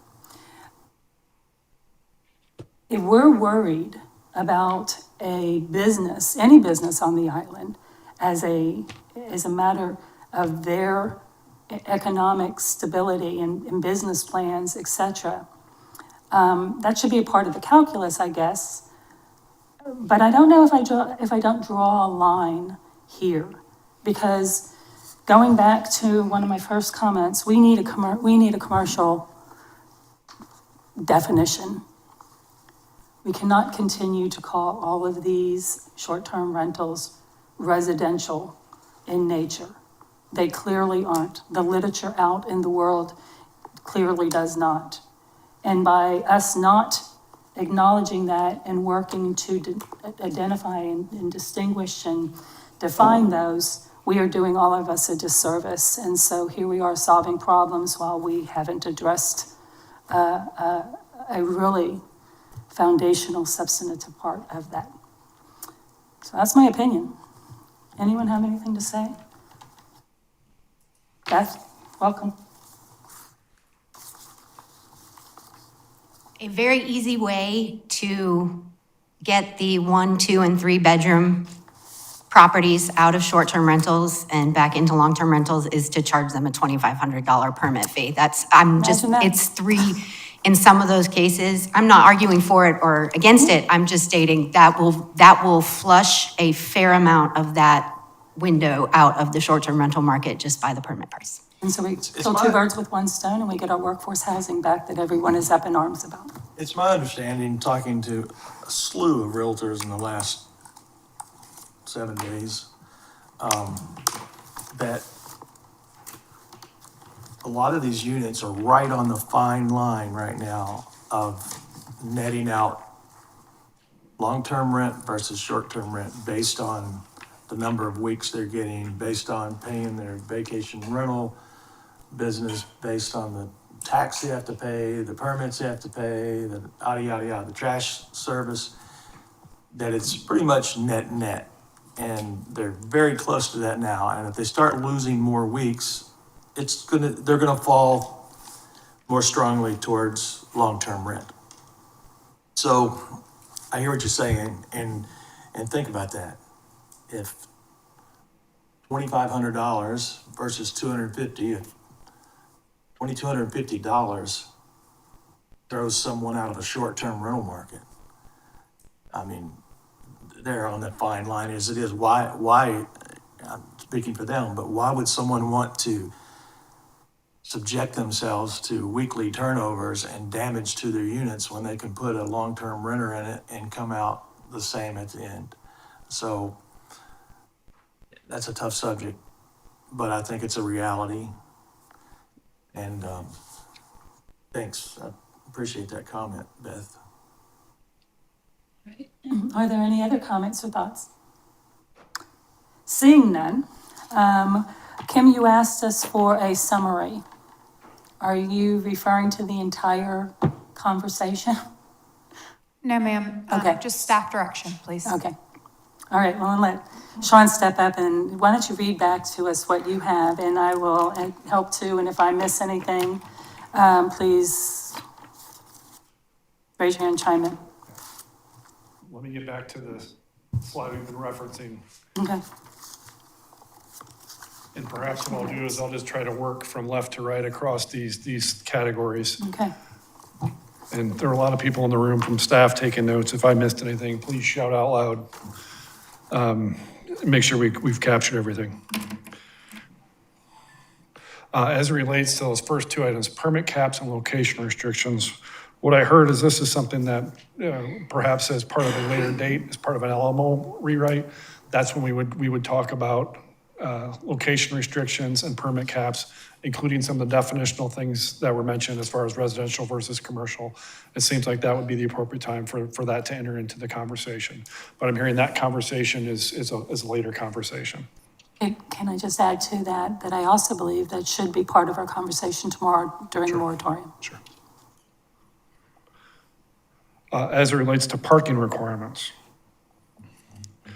I did not hear any specific changes of maximum or location requirements. There was some conversation about guest parking, and then also that we really focus on that exterior parking. I did not hear a clear consensus though on what to do in that case for guest parking versus or exterior parking. What I believe I heard is guest parking is part of the total, but perhaps the give and take here is rather than counting the garages counting the spaces in the garage, we focus on how many cars are allowed outside. Well, I think not doing it the way the small amendment was there is detrimental to the property owner. So, I mean, if the rest of the council doesn't want to change that, that's fine, I'll go along with that, but I just think that's, what I added there just puts a burden on that property owner that's unnecessary. But I can easily. Can I give some clarification? Well, I'm talking about why do we care what's inside the garage? Based on a site plan that delineates where those spaces are. If on that site plan, they are including the garage, then that inspection should verify that that garage is actually available to them. But what happens when it's not? After the permit's issued, this is where I'm getting, we should only be concerned about what's outside. Then. Because if we don't, then that's exactly what's going to happen. Okay. If I'm renting a place, I want to know how many spaces I can have. That's both inside and outside. Correct, I agree. But when you get there and the inside's not available, What do you do? and you're only allowed 4 cars outside, what happens? That's it. I park in your house. That's right, come on over. Yeah, I think based on just this brief conversation, at least I have some direction. We can craft some code for you all to respond to at potentially the next meeting. Okay. But you hear Yeah. concern about how that, and I agree. And we're gonna close all the and I should have said that, we're gonna close all the comments, we're gonna summarize now. Have a conversation with any of us, with me, and we'll pick up on your thought. So based on that, I have enough to go with. We can craft something. Okay. Occupancy. What I heard was ditch the average that we had come up with before. Instead, focus in on 2 + 2, so meaning there's 2 people per bedroom plus an additional 2 for the unit. So for example, if you're a 4-bedroom unit, you get 2 people for each bedroom, so that's 8 plus then 2 for the total unit. So that would be an occupancy of 10 people. I also heard studios should not be treated the same as bedrooms. Studios should be 2, is what I heard. And we would carry that math all the way through up to the 10 bedrooms.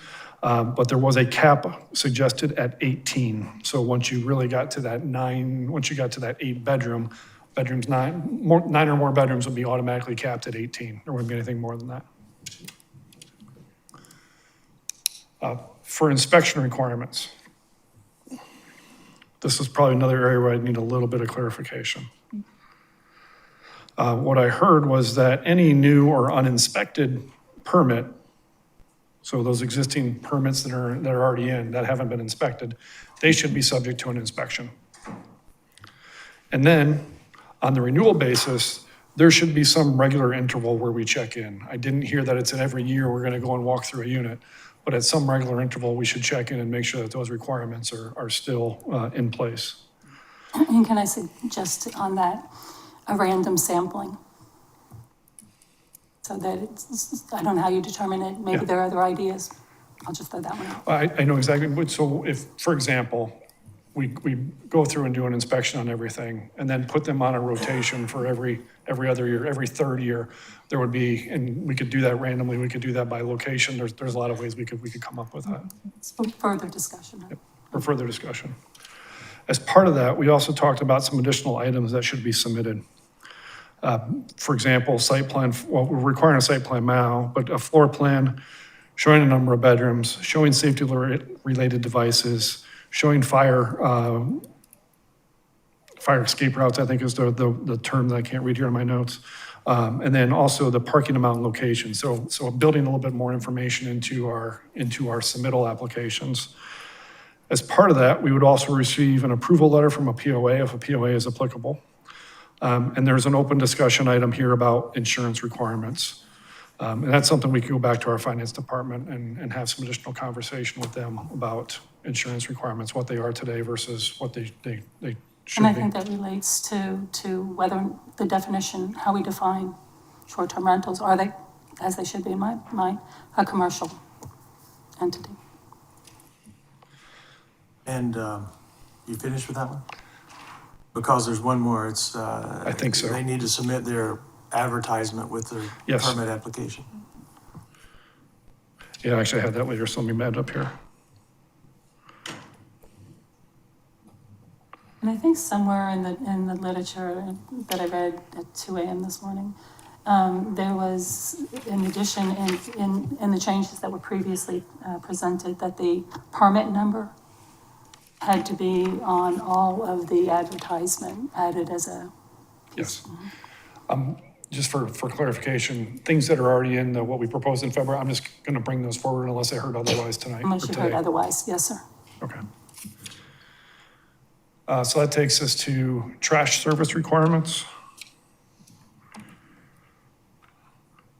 For trash, what we talked about is that we need to have proof of contract. There wasn't a specific number as far as frequency of pickup, but it was more than one. Whether that's 2 or 3, we understand what you're looking for. We can come back and present something. For noise limits and restrictions, we had some cleanup work that we were doing in the proposed code because it wasn't necessarily aligned with the current noise ordinance, so we were doing some cleanup. We'll carry that forward. There was a reference then to outdoor media, outdoor TVs, that they be screened from adjacent property view, and that requirement should be both here and in the LMO. You're doing great. Thanks. I'm trying to reference back up above you, so I'm looking above you right now. Thank you. For fire and life safety requirements,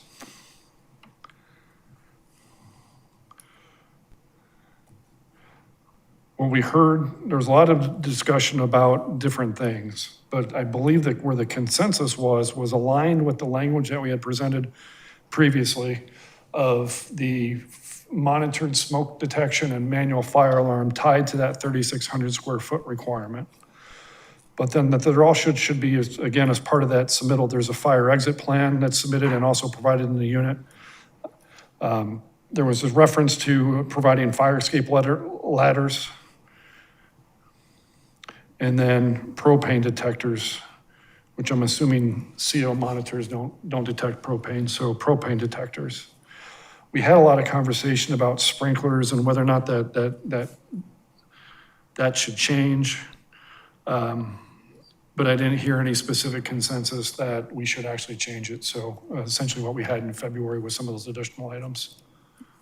2 things that I picked up on is the sprinkler conversation, I think, was brought up by someone else, that we should consider that along with the LMO rewrite and what we require.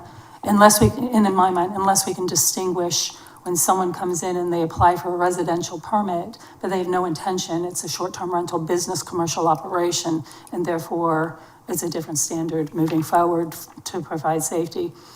Had my druthers, I'd be with chief and I'd say everybody sprinkle their houses, but be that as it may. And then the other thing that I wanted to pick up on, the 2 things, I don't know about the 3,600 square foot. I mean, I'm not comfortable with it at that level. I'd rather see it lower and frankly like to see it apply everywhere.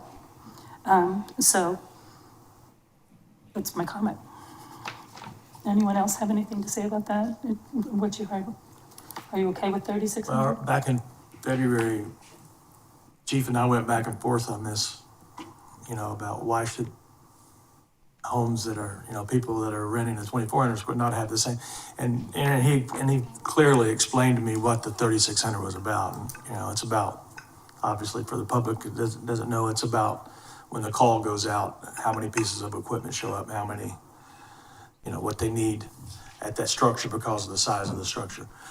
But still, we need to probably think about, it may not be to that extent where it's automatic, but we need to think about the smaller units and the safety of those smaller units. I'll note that, and we'll take a closer look as we craft some code. I mean, my personal example is the one that I'm gonna rely on again. The difference in time between me waking up, getting outside, getting a phone call out to 911, those are seconds lost. I don't know. I think it's important that we reduce that $3,600 for that reason. I understand the reason that Chief is saying with regard to the equipment they need, but I think for that reason, the one that I've presented, it should be a lower number. The last item regarding enforcement fines and penalties, even though I probably wasn't as clear as I could have been in explaining that to everybody, I think where we ended up is that we understand what we had presented. It's consistent with what we have today. I didn't hear any specific changes to it, but we'll take a closer look at it and make sure that it's aligned with the conversation that we had. So, and then the last item would be fees. I heard flat fee, 1,000 to 2,500. So we'll look at a flat fee rate to bring forward to town council or back to the committee. There's also discussion about a minimum rent period of 2 weeks. I did not hear consensus on that, so I have that flagged as a future conversation. But those are the items that are on the screen and also things that we had talked about. And I'll just ask anybody in the room, staff-wise, if I missed anything. So I think I got everything. So I think location restrictions will come up in a conversation tomorrow. Again, permit caps will likely come up in a conversation tomorrow, and I think that conversation is ongoing when we meet. Okay. Thank you, Sean. Thank you. Thank you, everyone, staff. Y'all have been incredibly patient. We've been here 4 hours. Committee, thank you. I realize that we didn't take a break, and I can't thank you enough. Mark, you good? You have what you need? Staff, you have what you need? We know where we're heading. Thank you so much. We are adjourned. Thank you.